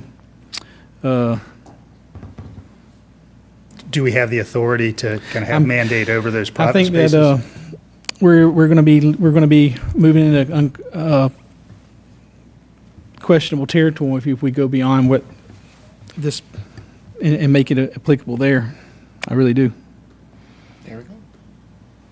That's why it's drafted in this manner, and I'm sure that's why the city of Atlanta drafted it in this manner. Commissioner Link and then Neesmith. So, the prohibition on gatherings, does that give us authority to limit the number of people in a public accommodations establishment? Well, like, for example, the Classic Center, I think, would definitely be considered a Yeah, public but what about facility. any random restaurant? I don't know. I don't think it would necessarily apply there. So we have absolutely no authority to limit the number of people in a public place of business, whether it's a restaurant, a retail establishment, or a private, like theater, movie theater. I would need to do more legal research, but right now I'd be concerned about that based on the research I've done through this weekend. The Constitution of Georgia talks about we don't have unfettered power to regulate businesses, and there's case law that backs that up. Even under emergency protocols, didn't Atlanta implement some of these? I copied this directly from the city of Atlanta. This language right So here. right now in Atlanta, anyone. This is what they have right here. People can go to see a movie in Atlanta, or and go out to eat, and any restaurant can keep themselves open I would need to find out how they're to applying it. as many as But, possible. when it talks about assemblages, events, and gatherings, I don't think that talking about a restaurant. I really don't. So it only applies to public places, places that the county, Athens-Clarke County owns, such as the Classic Center, the Morton Theater. Right. The That was library. my interpretation, and I would be happy to do additional research. Yeah, I mean, I just feel like that we don't know enough about the state law and the provisions that were given under emergency protocols, and how we can apply them to prevent. I mean, because right now, as it stands, even this doesn't do anything if it doesn't apply to public, if it doesn't apply to, privately owned businesses that are open to the public. This doesn't do a darn thing. Whether it's 3 o'clock in the afternoon or 2 o'clock in the morning. Seems that there's clear interest from the body, before I get other input, in the kind of limit upon gathering in public spaces. And also just, I've certainly heard in the last several minutes, a lot of interest in lowering that number below 50. I do want to remind us, we can't take further action in the same way that we can extend any action that we do take tonight. So, Commissioner Davenport? And I would like for us to explore the idea of just educating the public as well, because COVID-19 is a serious issue, and I think there's a lot of people who are not aware, but a lot of people who may not be educated, a lot of people who may not even speak English and may not understand what's going on.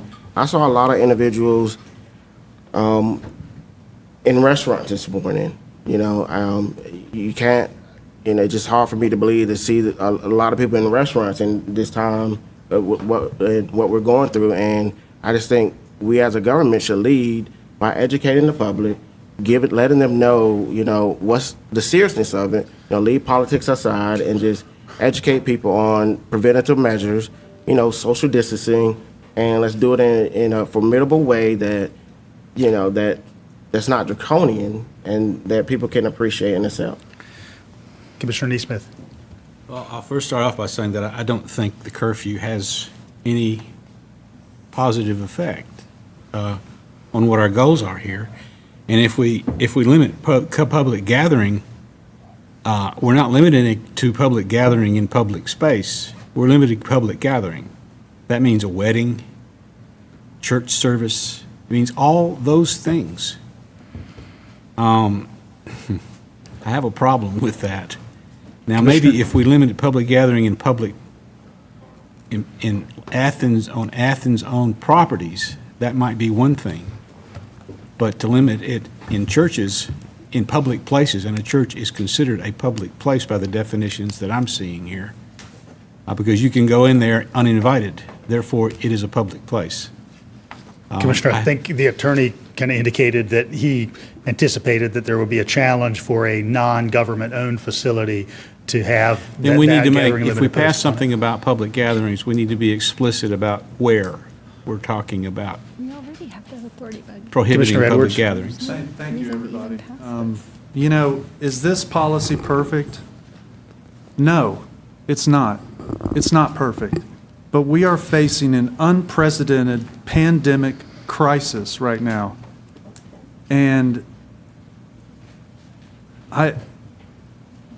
we have 40 ICU beds in this county, 40. And if we do not act decisively to halt and arrest the spread of this virus, these ICU beds will be overwhelmed. And doctors will have to decide who gets a ventilator and who doesn't. We have a duty today, a duty to serve our community and to save lives. We have examples of what has happened in Italy with a lackadaisical approach. Now they are on military quarantine. And if somebody with the coronavirus is caught outside, they're charged with intentional murder. I am raising the alarm right here in this chamber, and I am begging you, I am pleading with you to support me on this measure. Both measures. We have to do something. We have to be decisive. We are hearing from epidemiologists and ER doctors around the clock saying, yes, do it. Get it done. We've got to stop the virus. Do I sound crazy? Have y'all read the news? Italy, France. No, Commissioner Parker has indicated interest in input. Thank you. Thank you very much. I agree with Commissioner Edwards. I know that in some senses and freedom might be uncomfortable, unfair, but we have to think about lives that could be lost if we don't take action on this.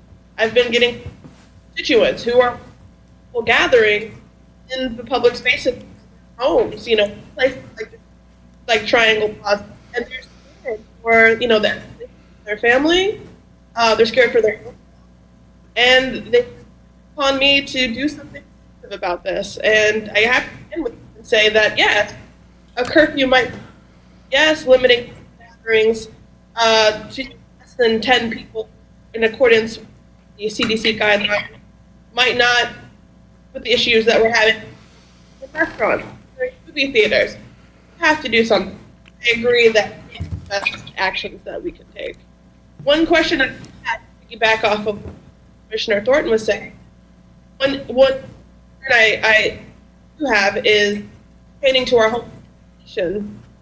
If they have no after 7 or 9 p.m. in the evening, happens to them. I don't folks who are low income slapped with fines of because they have no to be in the evening. I want to ask and the mayor and manager that we can put in place.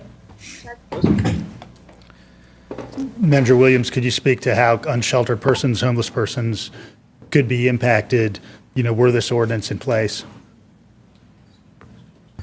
I've not had that conversation with the chief. I'm not sure how that, and again, when you pass a curfew, our police are going to try to enforce it. Now, they do have discretion, but I cannot, I don't want to give the public the sense that you're going to pass a curfew and they're going to ignore it, So I need to talk with him about the homeless part of that, to answer your question. Commissioner Hamby? And let's see if we can figure this out. I think we can. We've got a curfew on the table. It was initially talked about at being at 9 o'clock. I think Commissioner Denson makes a good point. It's still daylight out, and such as that. So let's go back and consider the 9 o'clock hour for the curfew. Consider still and looking at making sure that for the recreation, being able to do the recreation that folks need to do and walk, being able to get in your car and drive for, I know a lot of parents who have kids that fall asleep when they're driving around in the car at night. So, being able to do stuff like that, but having the curfew on here so that people are aware that, now's the time to be sheltering in place, as we're talking about, taking the time to do that. I think, when most of the comments that we've heard about in the 9 o'clock hour was a reasonable, acceptable hour. The public gatherings, I think we addressed that with the 50 or more people. Really, at the end of the day, all what we're trying to do is to prohibit a lot of, let's just say it, a lot of students going into bars, crowding into bars, and then spreading that. So maybe, does this helps address that? I think this is a let's start here and see because down the line, the manager and the ordinance that we just addressed, there may be some other things that we're going to have to do but let's start with the 9 o'clock, the gatherings and allowing for those activities during the curfew. There's really, our hands are tied in a lot of ways until the governor does something or the state legislature does something. From that standpoint, we're not, this doesn't interfere with somebody being able to go out at 7:30 getting a hamburger, for example, or such as that. But it does start addressing the seriousness of this, and it starts addressing it for the seriousness of our community. So it's doing something, and I think it's because we're only 1 week into it. We don't know what it's going to look like in 2 weeks. We may need to take some other steps in 2 weeks once we realize where this is going. But I see where Russell's point is. Let's don't get to those 2 weeks where there is a problem. So does this, I don't know. I'm trying to figure this out along with the rest of you and see where we can go that accommodates what the safety of this community. Commissioner Thornton? I totally understand where Commissioner Edwards is coming from. And I just stepped out, and I think that I spoke to a couple of people, and I think the 9 o'clock is something I can live with. But I still have a problem because I think we need, if we want to do this for a week or 2 weeks, we still need questions about transportation, the police, and homeless. I do not want to go 3 weeks down the road without those concerns being addressed. That April the 7th deadline, to me, is a little long, but I'm willing to compromise if somebody can give me some information about the homeless, public transportation, and citations. Commissioner Link? Yeah, I would like to see us enhance the prohibition on gatherings and define public gatherings and define it explicitly to include places of public accommodation. And And if we're challenged on that, so be it. This is a time of national emergency. Cities across the nation and in this state are passing similar prohibitions. The federal government just came out with guidelines limiting public gatherings to no more than 10. And I'm sorry, but yeah, that might include church. My mother went to church on Sunday, and apparently they had multiple short services where they only allowed a handful of people in the sanctuary at a time. Maybe churches can make those accommodations where people are properly socially distanced for shorter services, to allow the freedom of religion to continue. But, right now, regardless of the curfew and how I feel about it, whether it's 7 o'clock or 9 o'clock or whatever, the curfew is not what's going to stop the virus. I mean, people passing each other on the street, coming and going, is not how it's being spread. It's being spread in public gatherings. And regardless of what time of day or night those are, if we limit public gatherings to, after 8 or 7 or 8 o'clock, people are still gathering in the middle of the day. And we have UGA students who don't have classes. You bet their butt they're in the bar having a few drinks at 3 o'clock in the afternoon. We've got to limit those gatherings. And, if we're challenged on the constitutionality of it, so be it. This is too important. I apologize, but I've not sought any input from Commissioner Harrod, who is with us via audio. Commissioner Harrod, did you have any input at this point? Can you hear me? Yes. So I think that at the moment, I think we need to act decisively, and I think it's more important to act decisively now and then to perhaps later on ease up when the peak of the virus has passed, so that we've done our bit to flatten the curve and protect our healthcare and other resources. In terms of the number of people meeting, I think a smaller number than 50 makes more sense than the number of 50 itself. I mean, I think that that is going to create some issues for our public. But this is the worst public health crisis, I think, since the Spanish flu 100 years ago. So I think we need to act decisively. In terms of the curfew. It's a fairly blunt tool, but I think Commissioner Link is right. I mean, whoever said it, one of the big issues is people collecting in bars. And I think that until the public understands that this is a really serious public health issue, we need to be decisive. And I wish that the bar owners would voluntarily close their doors.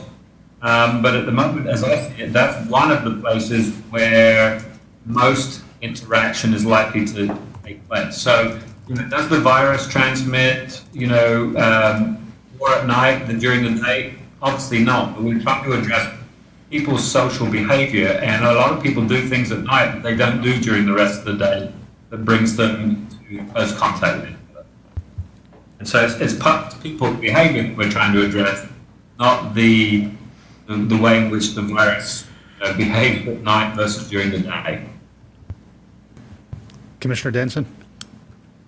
Thank you, Mayor. I guess on that, because I am trying just to think of the effectiveness here, and Commissioner Harrod brings up a good point that we're talking about people's behaviors. I think this is also like new behaviors for everybody, and I kind of fear a little bit that if we have everybody staying home and not working, that people might start day drinking. At 5 o'clock, 6 o'clock. And that's why I do see that the effect of limiting the numbers down to 10 and including public accommodations, I think does that at all times, takes care of this. I think that to me that seems like the more effective tool we're trying to get at. If we have to go with, as Commissioner Harry brought, the blunt tool legally, if that's what we're left with. I do think that the 9 o'clock will be a better time for us to do it. And I get, I mean, I grew up in South Florida. I lived through a number of hurricanes. I have lived under mandatory curfews probably at least 3 times. I mean, I've had the National Guard controlling the traffic of my streets and stuff. It is scary, but it is also effective. It keeps people off the streets, keeps people out. But I guess to the attorney, so if, We could, I wonder, like, on the effectiveness of the curfew, if we put this curfew in place, are people still going to be able to go and hang out in the bars? well, we could, I think some clarification may be needed. We might want to further define public place. I think if we added for purposes of this provision, public place means any indoor or outdoor area used by the general public, that that should be very effective. Because then it would say, unless otherwise extended, it should be unlawful for any person to loiter, wander, stroll, or play in any public place.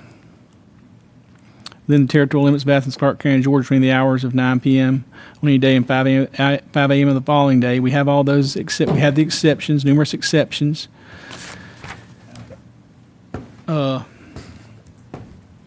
Okay, so think that that we could would be more pretty clearly effective. define public place as, I was saying to say for purposes of this provision, public place shall mean any indoor or outdoor area used by the general public. okay. And if we did that, then we feel confident we could say that would outlaw people from being able to go hang out in bowling alleys, bars, restaurants. Well, not more than 50 of them. Well, this would be the curfew now. Right. And then under the, I think that would be effective for those purposes. I think then we could look at, on the prohibition of gatherings. I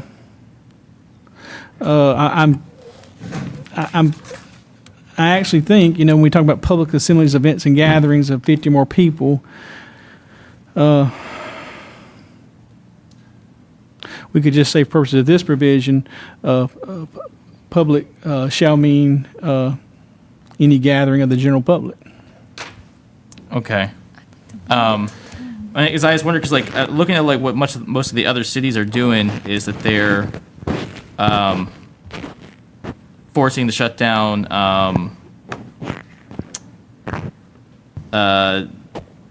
businesses that are non-essential. That's what they're doing in Philadelphia, San Jose, San Francisco, all the major cities.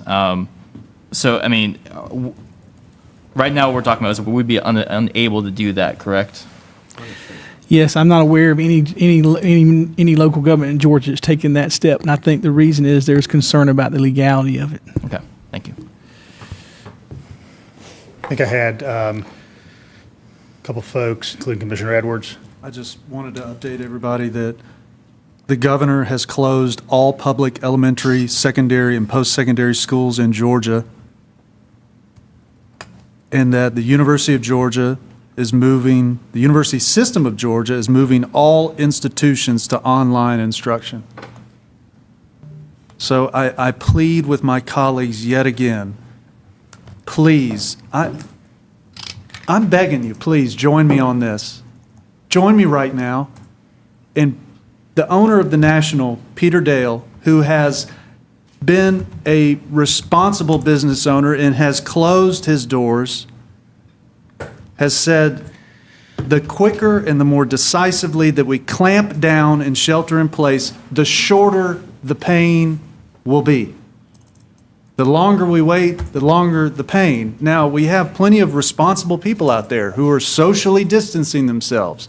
I've been holed up in my house since Friday. Today's the first day I've been out. I'm here. But if there's just one irresponsible person, we saw one person, one attorney in New York infected 55 people with this virus. That is why we need a mandate. We need a mandate to mandate social distancing, or else this virus will overrun this county.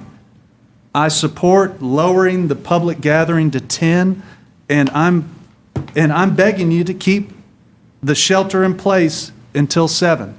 And I just want to know, what do people want to do at 8 o'clock or 9 o'clock that's not covered in the exceptions? You can go for a walk, you can drive your car, interstate travel, you can go to the grocery store, you can go to the pharmacy, you can do an emergency errand. There's a whole list of exceptions. Is the policy perfect? No. Is it something decisive to arrest the spread of the virus? Yes. Please help me. I'm begging you to please help me. I know people are upset about the thought of this, but consider all the doctors and the litany of emergency room epidemiologists that are begging us to do this. If you read through those comments, you'll see the emergency room doctors that say, we don't have enough ICU beds. Please act ASAP. I have a friend who just sent me a message from Italy. I'm so happy y'all are installing a shelter-in-place policy early. I wish we had done that. Great job. Commissioner Thornton? I also got a text from the Board of Regents, and one sentence basically said that the students are not allowed to return to campus until they receive permission from the institution forthcoming. So there is an urgency. I'm still, Pastor, Commissioner Edwards is speaking with so much passion, but he has not even addressed my concerns about the homeless and transportation and police. You want us to do something. It's not perfect. Well, then I can't support it until those are my stipulations. The people I represent cannot stay in their house like you do or some other folk.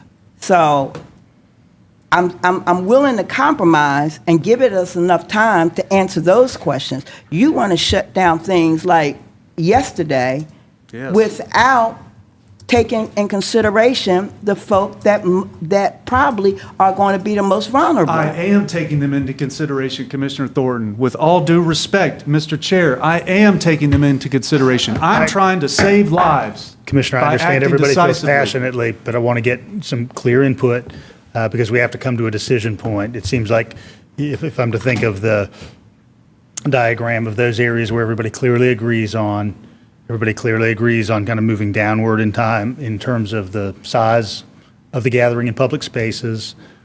And there seems to be a growing interest if there can be some very near-term administrative guidance about how we manage the homeless population, and we can offer some input in just what the police-citizen interaction will be like. So, Commissioner Link. Yeah, if we are to limit the gatherings to no more than 10 people, I'm wondering, is there even a need for the curfew? Because people won't be able to come in contact with one another at all. I mean, 10 people around the clock, I mean, if you need to go to a restaurant to pick up food that you've ordered, fine, but you're not going to be sitting down and eating it unless you're like across the room from each other. And it pretty much eliminates your bar scene, your crowded bar scene.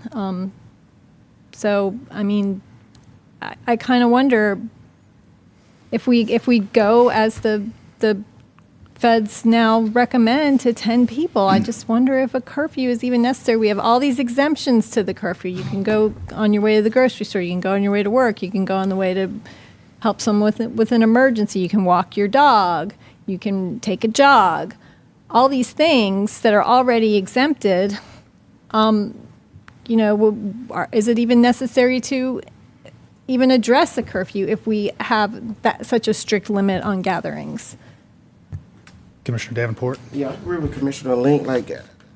A virus does not stop at 9 o'clock or begin at 9 o'clock. So limiting to 10, I think, is reasonable and rational. But at the same time, I'm still trying to play this in my head when it comes to a restaurant. So someone's sitting at, there's 10 people in a restaurant, that's the maximum capacity. A person comes in to order food or pick up food that was ordered. That's a violation. That's a citation, correct? So I'm still sticking to my sticking point that we need to educate the public over the seriousness of this virus because it's not going to curb folks from gathering. Like, all we're doing is saying, okay, we're putting a Band-Aid on a serious issue. That's just me. Commissioner Hamby? Sure, thank you. Now, I'm trying to wrap my head around it. I'm kind of thinking along the same lines as Commissioner Link there. I think it does achieve a lot of stuff. I just need to understand a little bit more about what the 10 limit is. I mean, if I'm working at, I don't know, I'm going to use Caterpillar for a good example. I mean, does that impact their? I believe we would have to exempt employees from limits, employees of an establishment. And that's not a public place. Like, the public doesn't go into the Caterpillar floor. Right, I got you. Does it go Okay. The public is not invited onto the floor of the Caterpillar place. Right. Okay. And even in a Good point. large Good retail point. establishment where you might have 100,000 square feet of floor space, there are going to be more than 10 employees in that place. Right, okay. I'm just trying to think through what it is we're looking at. So, okay. I know Commissioner Parker's indicated interest again, and then I'll get Commissioner Neesmith.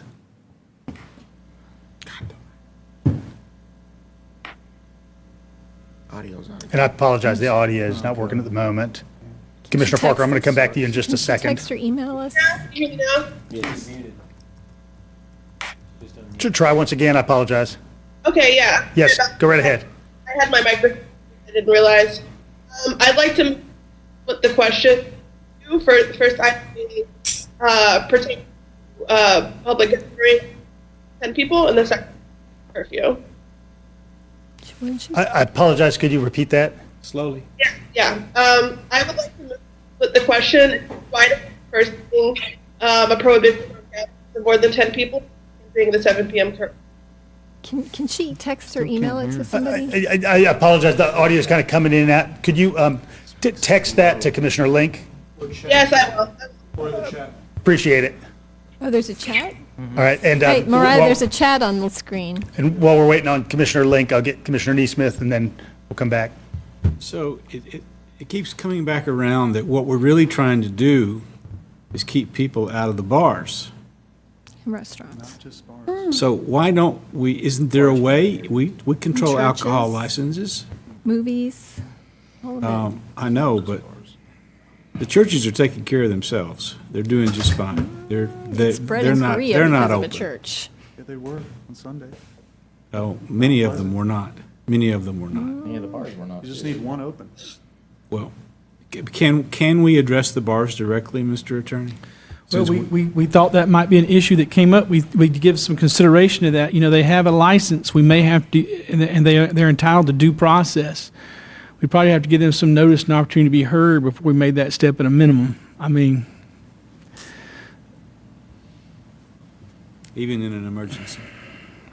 well, you know, I have not researched that. Y'all are Yeah, I asking me things that I'm just not prepared to answer. Okay. You know, I've worked hard to get ready to this point. You've done a good job. I'd be happy to look in that, Commissioner, and to see how we could regulate bars more specifically. Commissioner Link, did you have input from Well- Commissioner Parker? Not yet. I mean, but up there. it's not just bars, though. I Right mean, there. we're talking about churches It's right there. and movie theaters And as I'm well, you know, and and you- restaurants. These are all places where this can spread. Commissioner Parker indicates that she'd like to move to split the question into 2 items, the first pertaining to a prohibition on gatherings of 10 or more people, and then the second pertaining to the curfew. I'll second that motion. All right, so there's a motion and a second to divide the question, all right? And there has been appropriate explanation of those 2 matters into which the question would be divided. And so let's take the first, and we have to vote to divide the question, I apologize. So there's a motion and a second to divide the question. Can I have a Any- question, a question for point of order on that? Point of order from Denson. So for dividing the question, the part that will be the gatherings, are we going with expanding that language as Commissioner Link brought up of including public accommodations or no? Or we're just splitting it right now. Then we'll debate it. But what's the exact Commissioner motion? Vincent's question is, if we're talking about public gatherings, are we talking about those only in Athens-Clarke County-owned spaces, or are we talking about public gatherings including what federally are called public accommodations, which may be privately owned spaces?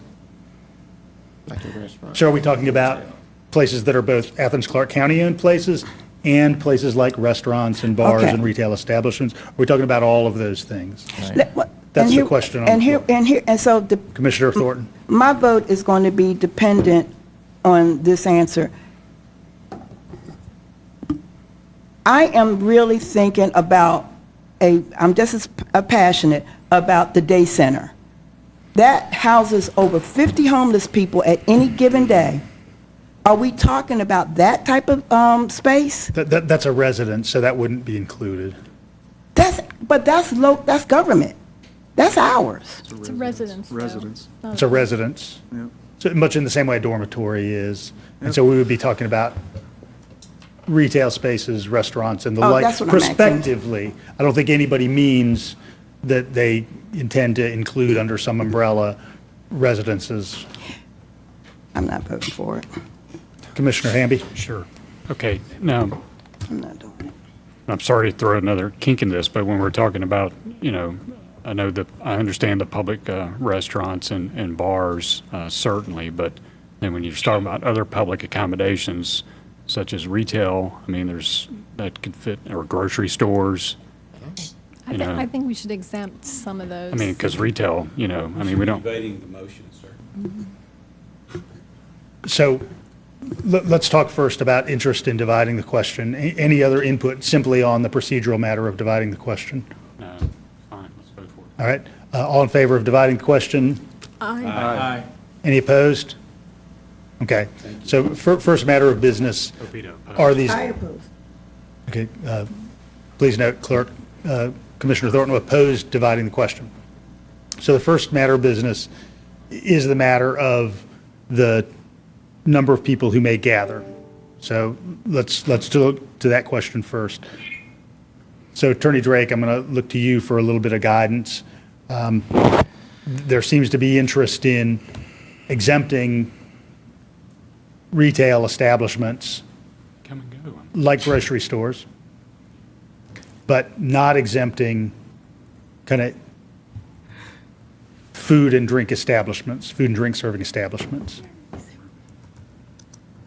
Is that kind of what everybody who's interested in this is thinking? Didn't we already say we could not do that to Don't, business? I want to say, we have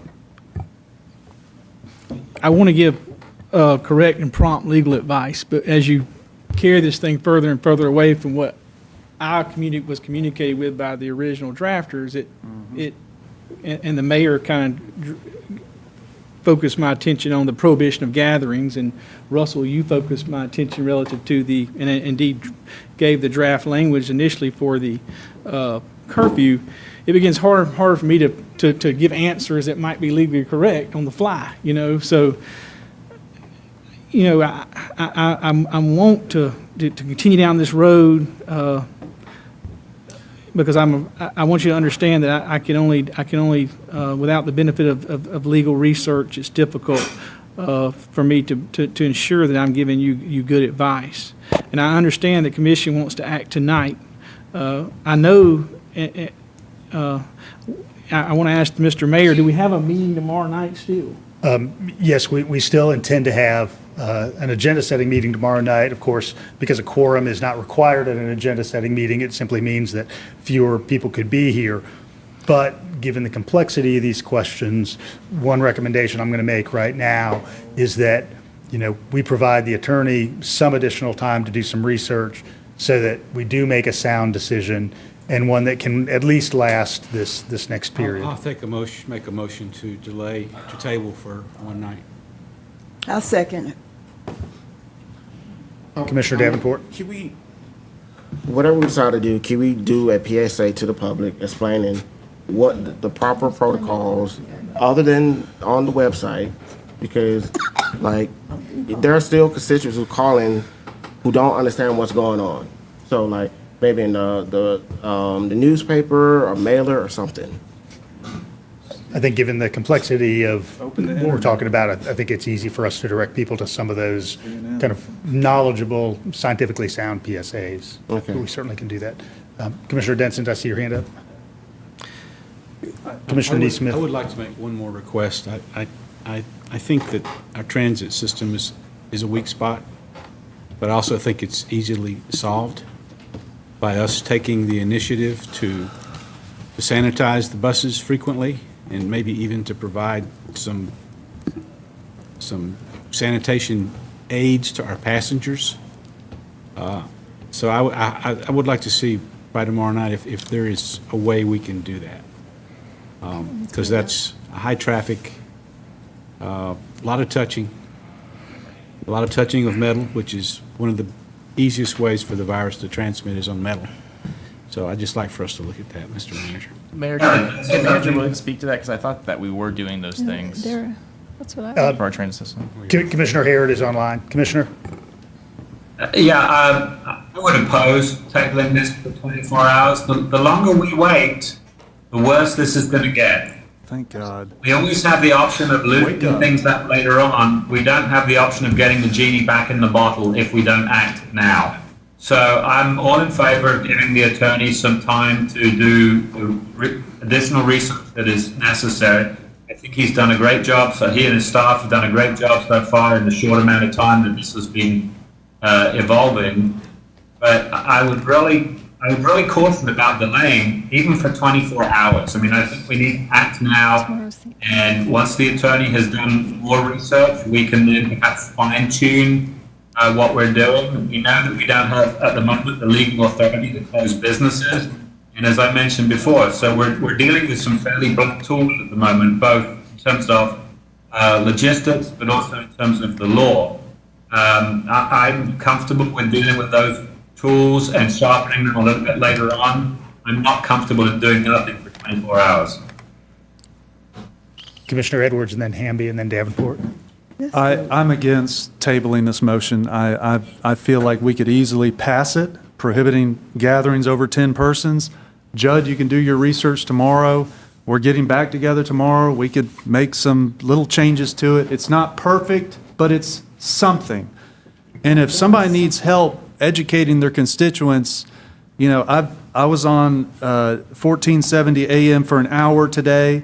I was on NPR, WGAU. I was on Tim Bryant's show this morning. I've shared it on social media many times.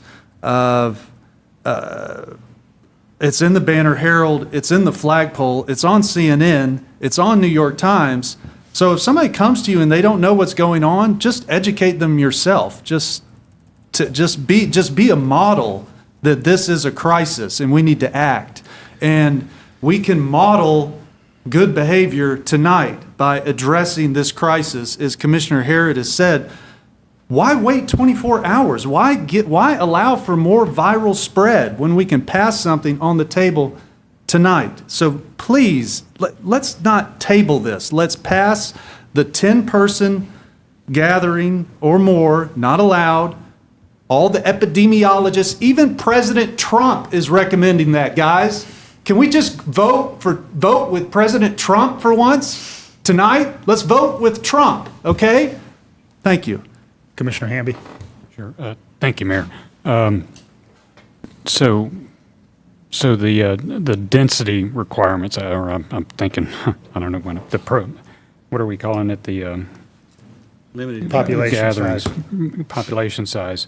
So I'd be fine if we just went ahead and moved forward tonight with having it apply to public gatherings on restaurants and bars, and let the attorney come back to us and even let us know if we can do that. Maybe there's a way we can do it through the liquor license, through the seating capacities. I don't know. I mean, there's got to be with the licensing of that. I don't think we ought to do it on, with retail, people come and go out of retail stores, people come and go, and you need people to come and go out of grocery stores to get the food products they need. So many communities across this country in addressing this are looking at it through the restaurant and bar lens sort of aspect. So it's a good start, and I think that what we've done with our manager tonight is to allow him to look at other ways that we need to address this, and I think addressing it quickly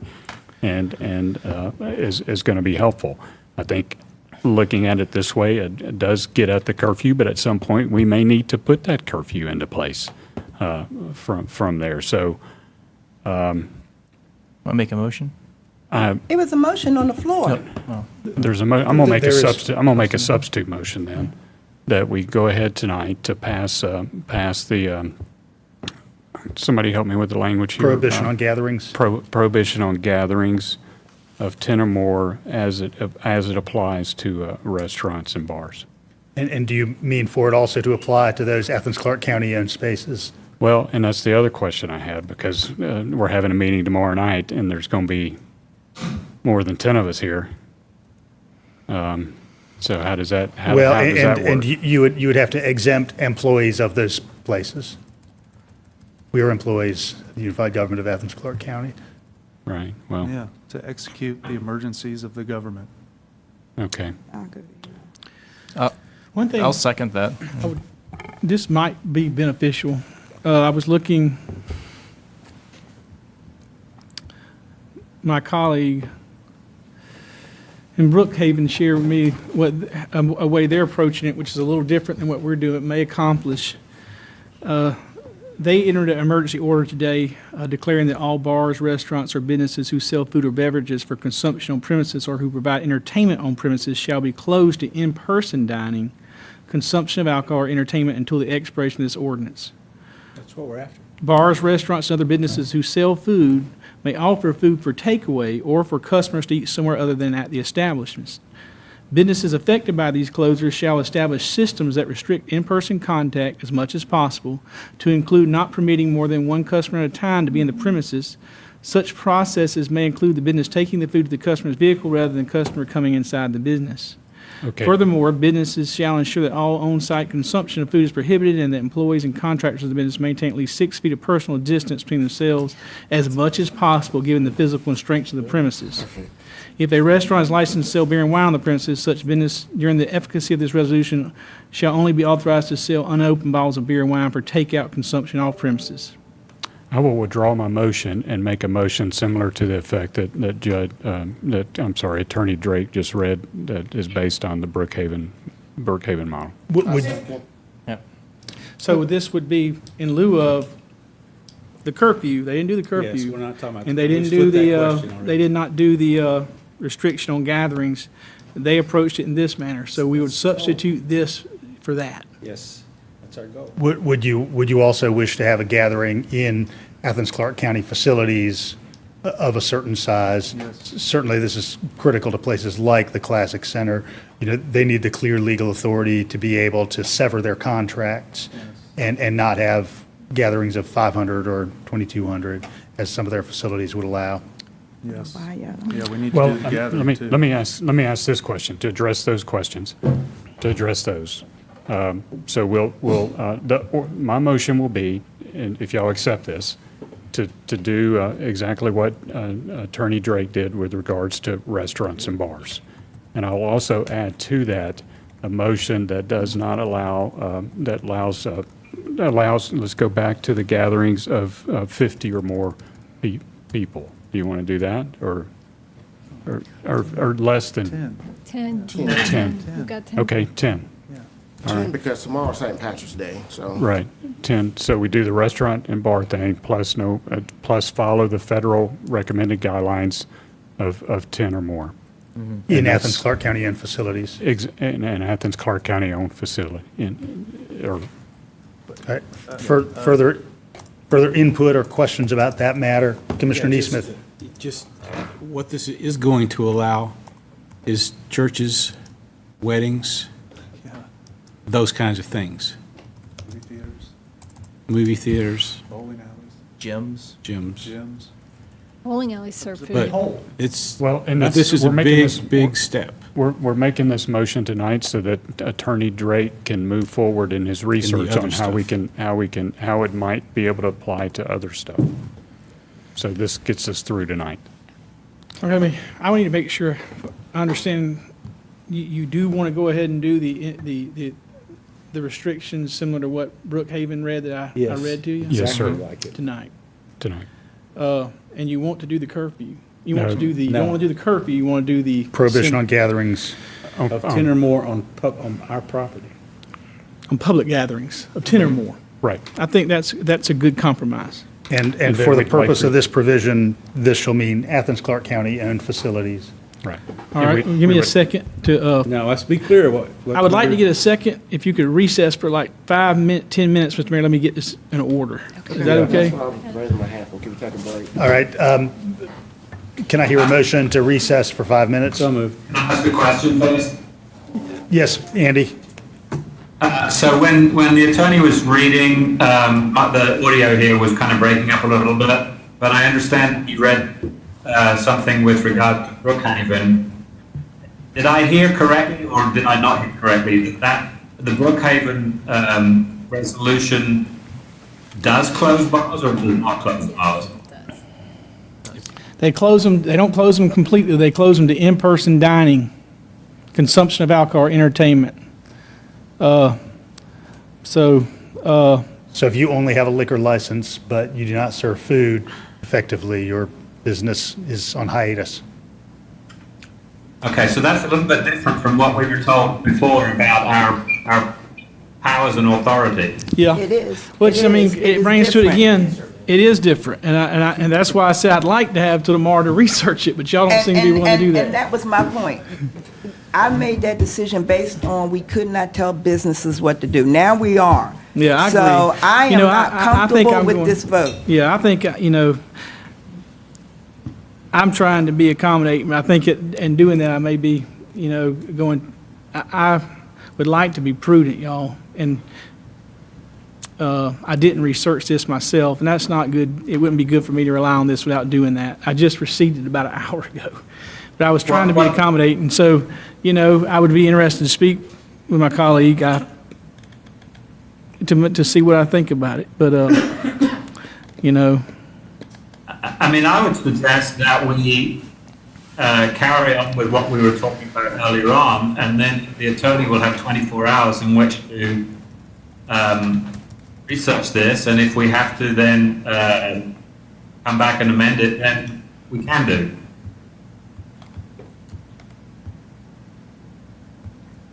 I'm sorry, Andy, what did you mean by carry on? Well, talking about the prohibition of more than 10 people meeting and the discussion of the curfew, because as I think Commissioner Hamby or somebody mentioned, we're all dancing around the issue, but one of the big issues is having people in bars, and Yes. we've been told that legally we cannot close them.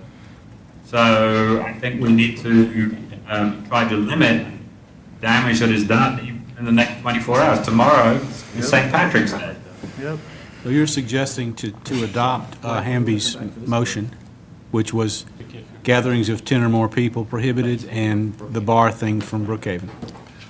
no, he's not. He's saying he thinks we ought to hold off on the Brookhaven to make sure we know it's Oh. okay. And just do Yes, a that's what I'm Okay. suggesting. Yeah, and All I right. think he's right. 10-person limit. All right. So did you hear that?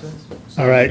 I need to go back to that original motion, then. Is that right? Which was prohibiting gatherings. I don't think we ever recessed. We talked about it. No, we we didn't. didn't That vote. was just under discussion. So Commissioner Hamby, your original motion, And I'll just go ahead and state it, then we'll come back after recess to state it again. The original motion was to accept a prohibition of gatherings of 10 or more on in food and beverage in establishments, food and beverage establishments. as well as in spaces owned by the Unified Government of Yes. Athens-Clarke County. There you go. Oh, yeah, we're still, Yeah, we're just talking. wait. Okay, so shall we recess for, let's make it 10 minutes Whatever Judd needs. for the attorney to do a little drafting, and then we'll be back here 7:45. Is it possible that we could include like gyms into that? That's what he needs to research. Sure. Yeah. 'Cause I'm thinking of like. All right, so.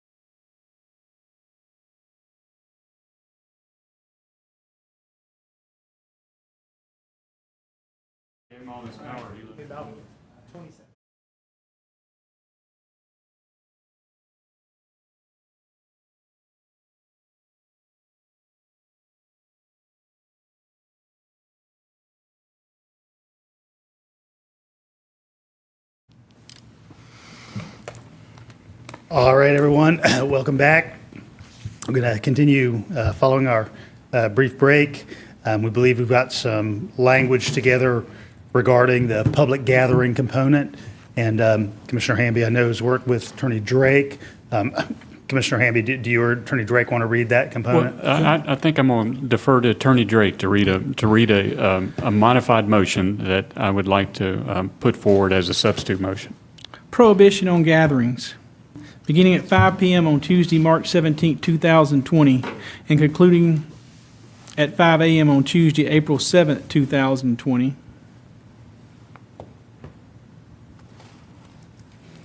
Unless otherwise extended, all public assemblages, events, and gatherings within the territorial limits of the Unified Government of Athens-Clarke County, Georgia, shall be prohibited of 10 or more people, not including employees, in food serving, beverage serving, and/or entertainment establishments, or in facilities owned by the Unified Government of Athens-Clarke County. And we'll give direction to Attorney Drake to explore further as we need to with regards to some other public gathering options for us to address this very serious community health crisis. So I'm going to go ahead and make that motion, and whoever would like to second would be good. Second. All right, so we have a motion from Commissioner Hamby, second, I believe, from Commissioner Edwards. Any other input on this item? I have a question. Yeah, Commissioner Harrod? So, and again, the audio is not great on my end, so I apologize if this was said. So, this would basically essentially prohibit more than 10 people gathering on ACC-owned property. Is that correct? No, Commissioner. Can you hear me now? I can hear you now, yes. I'm going to read it again slowly. Okay. Prohibition on gatherings, beginning at 5 p.m. on Tuesday, March 17, 2020, and concluding at 5 a.m. on Tuesday, April 7, 2020, unless otherwise extended, all public assemblages, events, and gatherings within the territorial limits of the Unified Government of Athens-Clarke County, Georgia, shall be prohibited of 10 or more people, not including employees, in food serving, beverage serving, and/or entertainment establishments, or in facilities owned by the Unified Government of Athens-Clarke County, Georgia. So does that mean that if you're not talking about a bar or a restaurant or a facility owned by Athens-Clarke County, more than 10 people can gather? That is correct. This is a measure designed to ensure social distancing as we look for other ways to move forward and perhaps be more restrictive. But this would only be limited to food serving, beverage serving, and entertainment establishments and facilities owned by the Unified Government of Athens-Clarke County, Georgia. I think it's a good first step relative to social distancing. Commissioner Hamby, follow up. Yeah, Commissioner Harrod, I was just going to mention what Attorney Drake said there. This is a good first step in the social distancing. It allows him the opportunity to do some further research on what other communities are doing or what we need to do for our community to address this emerging health crisis rather. So that's the motion. All right, there's a motion from Commissioner Hamby, second from Commissioner Edwards. Any other input on this element?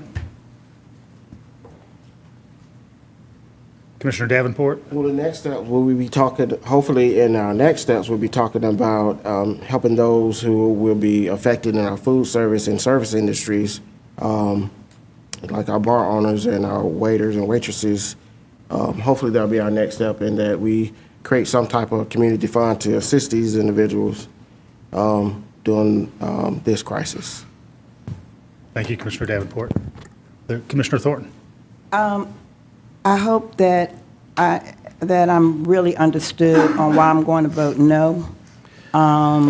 Until we start talking about the most vulnerable, until we start having language that, about food service workers and all of that. I get it, I appreciate it, but I'm not going to, we always put the most vulnerable folk on the back end, so I will be voting no to this. I just wanted to go on record before I get all those ugly emails. All right, any other input prior to our vote? Well, Mr. Mayor, I think as we look at this, we say food serving, public serves food. Maybe we should say restaurants, bars. For just being explicit. Yes, sir. I'm fine with making that amendment. And also keep in mind too, what this does allow is, drive-throughs are able to maintain operation. Carry out. Carry-outs are able to maintain Curbside. operation, curbside. So that all of that's able to be maintained. All right, so with that slight language amendment, I'm going to ask for a roll call, clerk. Well, the seconder needs to agree. I'm having a lot of trouble, guys. I mean, and colleagues. People are going to be going to the mall, right? And Commissioner Hamby, I'm sorry. I want to be with you on this so much, but I would think that only grocery stores, pharmacies, and medical facilities should be exempt in this case. I mean, people are going to be at the mall. Well, and I think that's what Attorney Drake wanted the opportunity to do, is to have more time to explore that issue. I do think that with retails are like a lot of curbside. You go in and get what you want and go out. I mean, that's typically the way. And I will say, as maybe that's chair, just me. I mean, in the same manner in which this was put on the agenda at relatively short notice, I'm certainly happy to see amendments on short notice as well. So I think this is a good first step to allow to do this. It gets us in a good spot, and it gives direction to our attorney to also look for other options to help us with our public safety.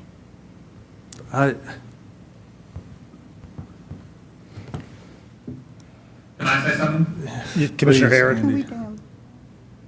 Well, I mean, I tend to agree with Commissioner Edwards. I mean, I still think that we need something that's broader right now, and that will give the attorney time to do the research to see how we can tailor it, narrow it. I think 24 hours, the more time we delay this decision, the worse this is going to get. And I'd rather be overbroad now and then be able to narrow it when Tony has had the chance to do some more research than the other way around. Now, if this is the only thing on the table, obviously I'm going to vote for this, but I would really urge that we take a broader approach rather than a narrower approach now. Well, and we can reverse course later on. And what I wanted to point out, Commissioner, is that we meet again tomorrow night. I really think that this is the appropriate step. And we meet again tomorrow night. We can take additional step if we need to. But I think in saying restaurants, and I think we should say bars and/or entertainment establishments would be the way to word it, instead of beverage serving establishments. In restaurants, bars, and/or entertainment establishments. I think that's a good first step. Commissioner Denson? No, that'll help. I'm good. Okay. Commissioner Neesmith? Yeah, so tomorrow's St. Patty's Day. Is this going to prevent large public gatherings in the street? No more than 10 people. Not in the streets, no, sir. It's not. If they get in the streets, it wouldn't. Parade. You're not allowed to drink in the street, but to the extent there should not be, it's not going to prohibit that. No, sir, it's not. Which is a problem. Yeah. Yes. Well, or in facilities owned by the Unified Government of Athens-Clarke County, Georgia, or on public property. Yes. So the right of way, right? Yes, public property. We're on public property. Public property. Or on public property. Or on public property? That ought to solve that concern. Yeah, good, thank you. So I'll read it one more time.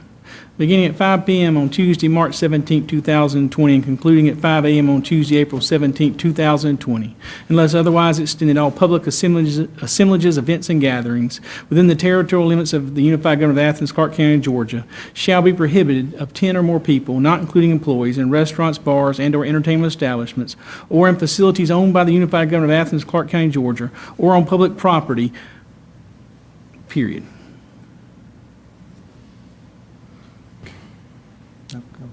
Commissioner Link? So to be clear, entertainment establishments includes movie theaters, bowling alleys, gun ranges? Yeah, sure. Churches, big churches. Do we have a second? I'm not sure. I'll second. Attorney Drake, I know there's a question now about just the definition of entertainment establishment. Yeah, I don't think an entertainment establishment would include a church, but, No. you know. But it would include movie theaters, would include those other spaces. And gun ranges. That's entertainment. This is a good first step. All right, so there's Let's get it going. a motion from Commissioner Hamby, a second from Commissioner Neesmith. All right, I'm going to ask for a roll call, clerk. Hamby, Yes. Davenport, No. Parker, Yes. Link, Yes. Denson, Yes. Neesmith, Yes. Edwards, Yes. Harrod, Yes. Thornton. No. 7 yes, 2 no. Okay.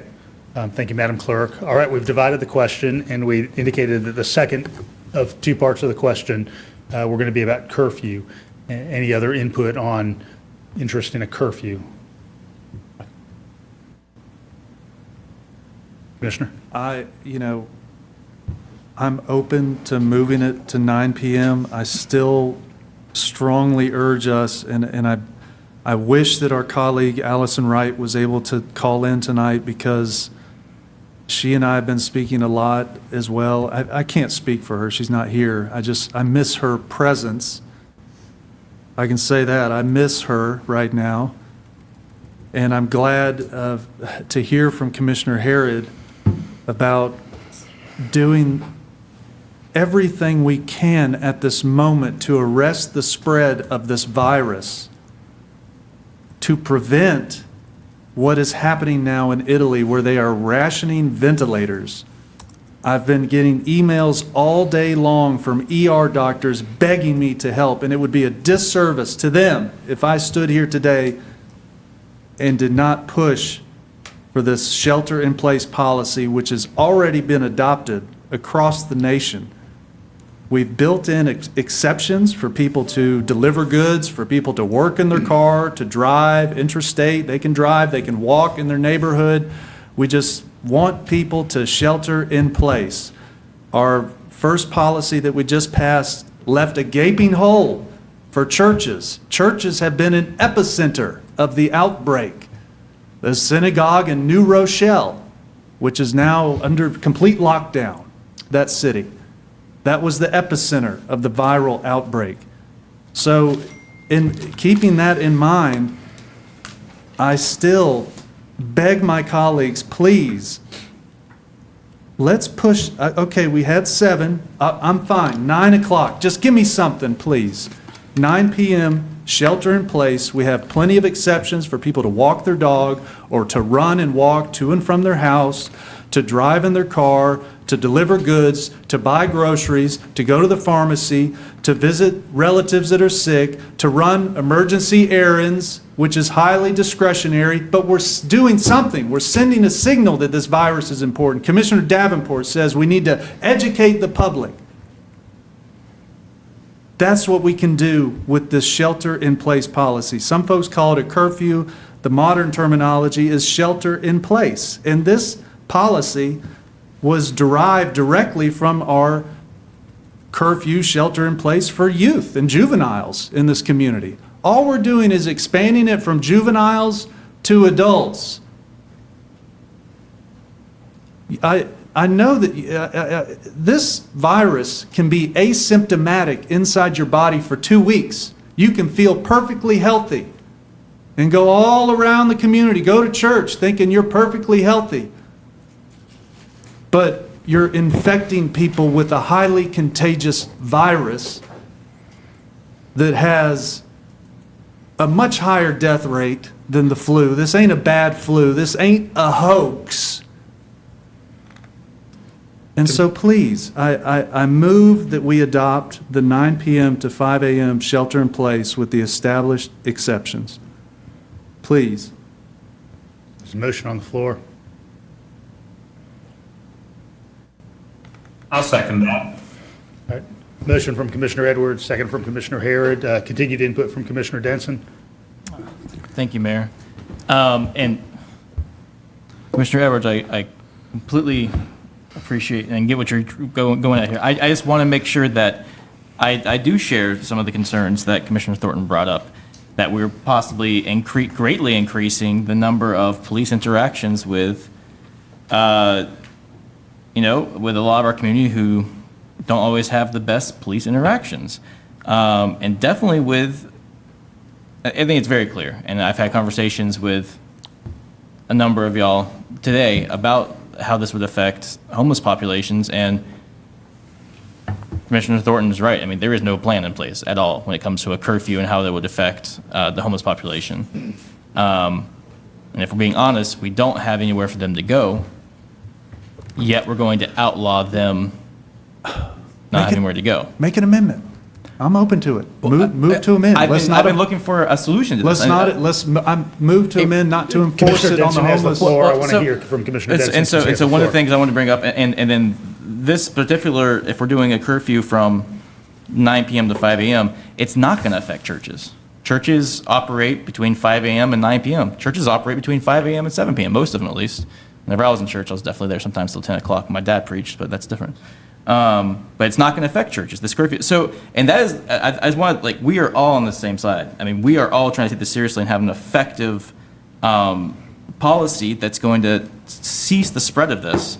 But we need to make sure that we're not just passing policy in general, we're passing a policy that's actually going to work. And if it's still going to allow people to go to church, and if it's still going to allow, it's going to be questionably enforced in some ways, what we could do here, another option would be what they've done in New Jersey. It is a voluntary curfew.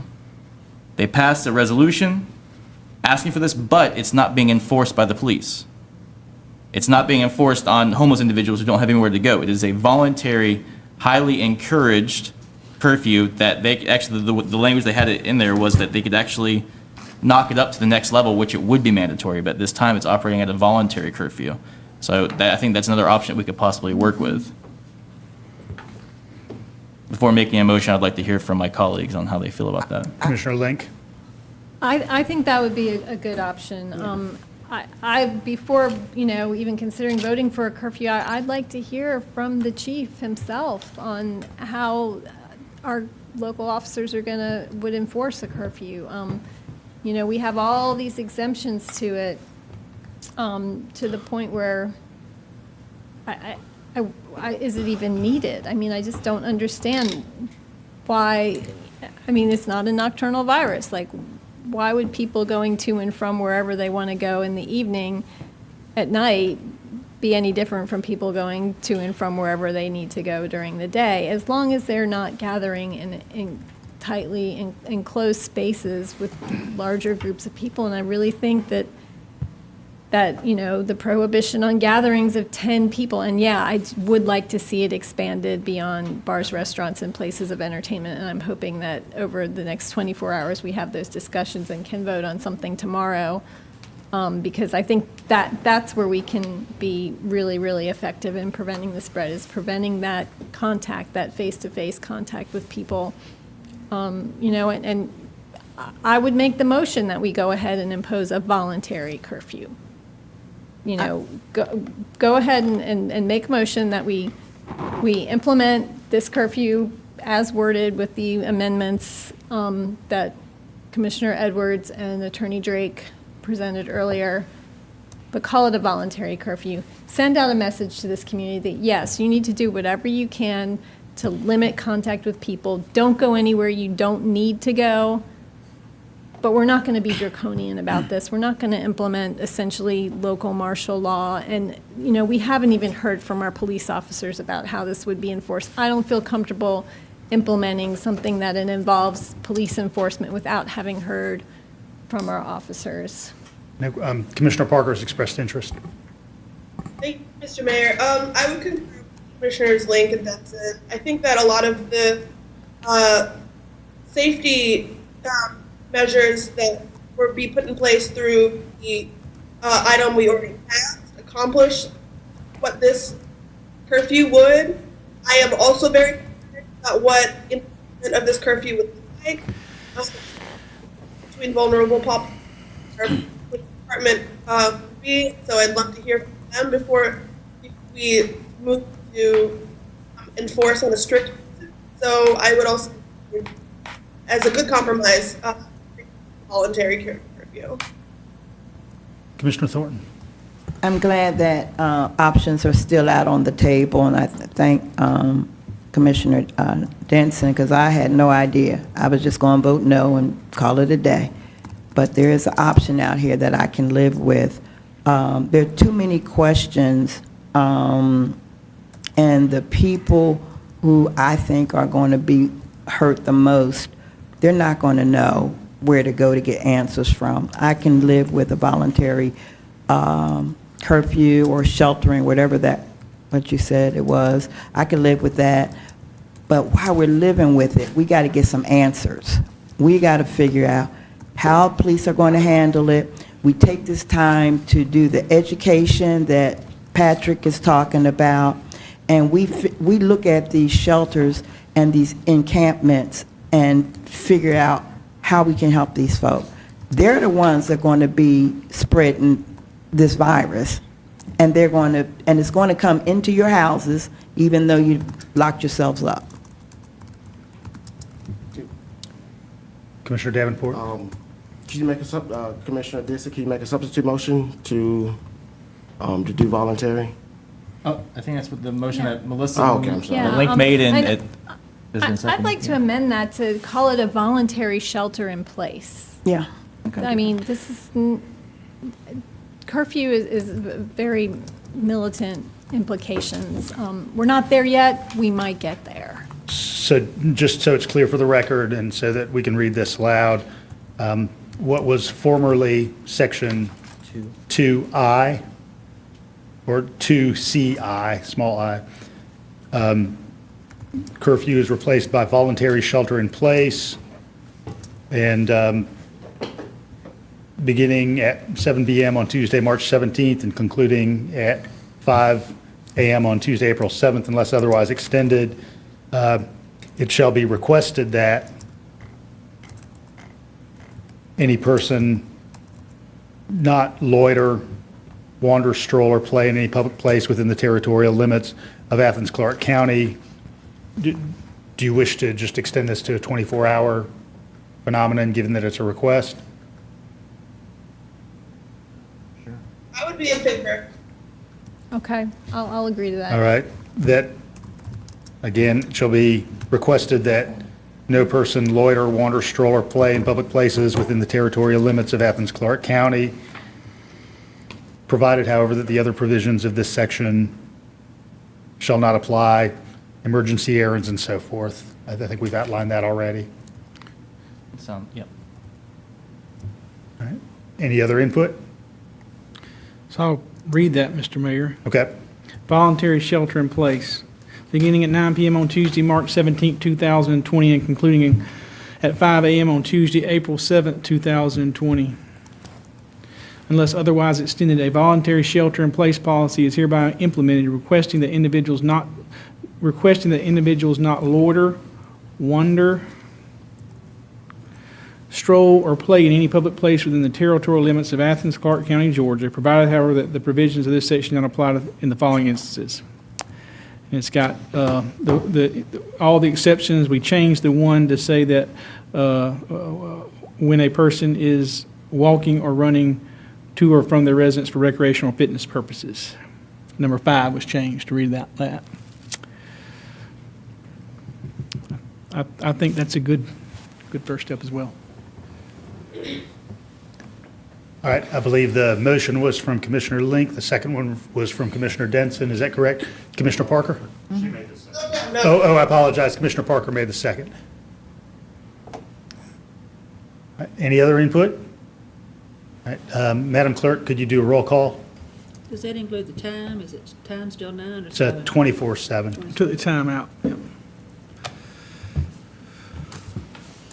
Also, I'd like to note, I'm going to, in the whereas provision, remove the section related to the, we need to replace that with a voluntary shelter-in-place policy.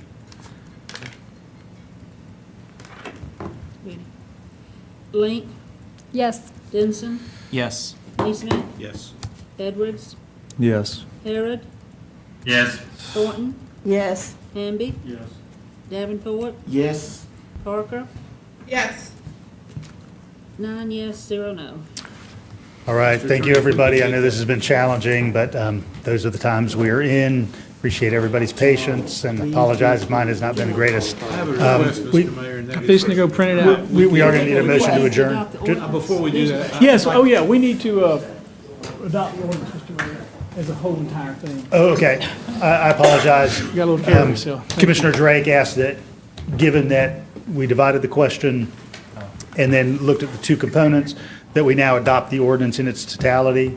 Could I get a motion to that So effect? moved. Second. All right, motion from Commissioner Denson, second from Commissioner Neesmith. All right, roll call, please, clerk. Denson, Yes. Neesmith, Yes. Edwards, Yes. Harrod, Yes. Thornton, Yes. Hamby. Yes. Davenport, No. Parker, Yes. Link. Yes. 8 yes, 1 no. All right, motion carries. Any additional input? Yeah, I just want to Commissioner make sure Smith. that we get this electronically. Yeah, I'll send it to you as soon as the As meeting. soon as possible, Yep, because we're going to tonight. need to get this out. Yep. All right, any other input? Commissioner Denson? Yes, Mayor, I guess just from clarification, are we still keeping tomorrow night's meeting simply an agenda-setting meeting only? So at this point, tomorrow night is simply an agenda-setting meeting, which means that a quorum is not required. We do have one special call meeting for airport-related issue on a grant that's on the agenda for tomorrow night's special call. Yeah, that's to get our FAA grant. Oh, I appreciate that. Do we need to act on that? That's to meet the deadline. Okay, we do need to act on that to meet the deadline. So we do need 7 members present, either electronically or in person. That's a great question. Is that something that can be done under suspension of rules now? You don't have the information. Well, it's on the agenda for tomorrow night. It's on the website, if they want to pull it up, the agenda. Attorney Drake, would that be something that we could do under suspension of rules now? Well, I don't think so, because we did a special call meeting, and we For a only put specific these items purpose. on the for a Yeah. specific Okay, purpose. So I don't I'm think going to so. ask for a motion for adjournment. So moved. Second. All right, I've got a motion from Commissioner Neesmith, second from Commissioner Denson to adjourn. All in favor? Aye. Any opposed? All right, thank you, everyone.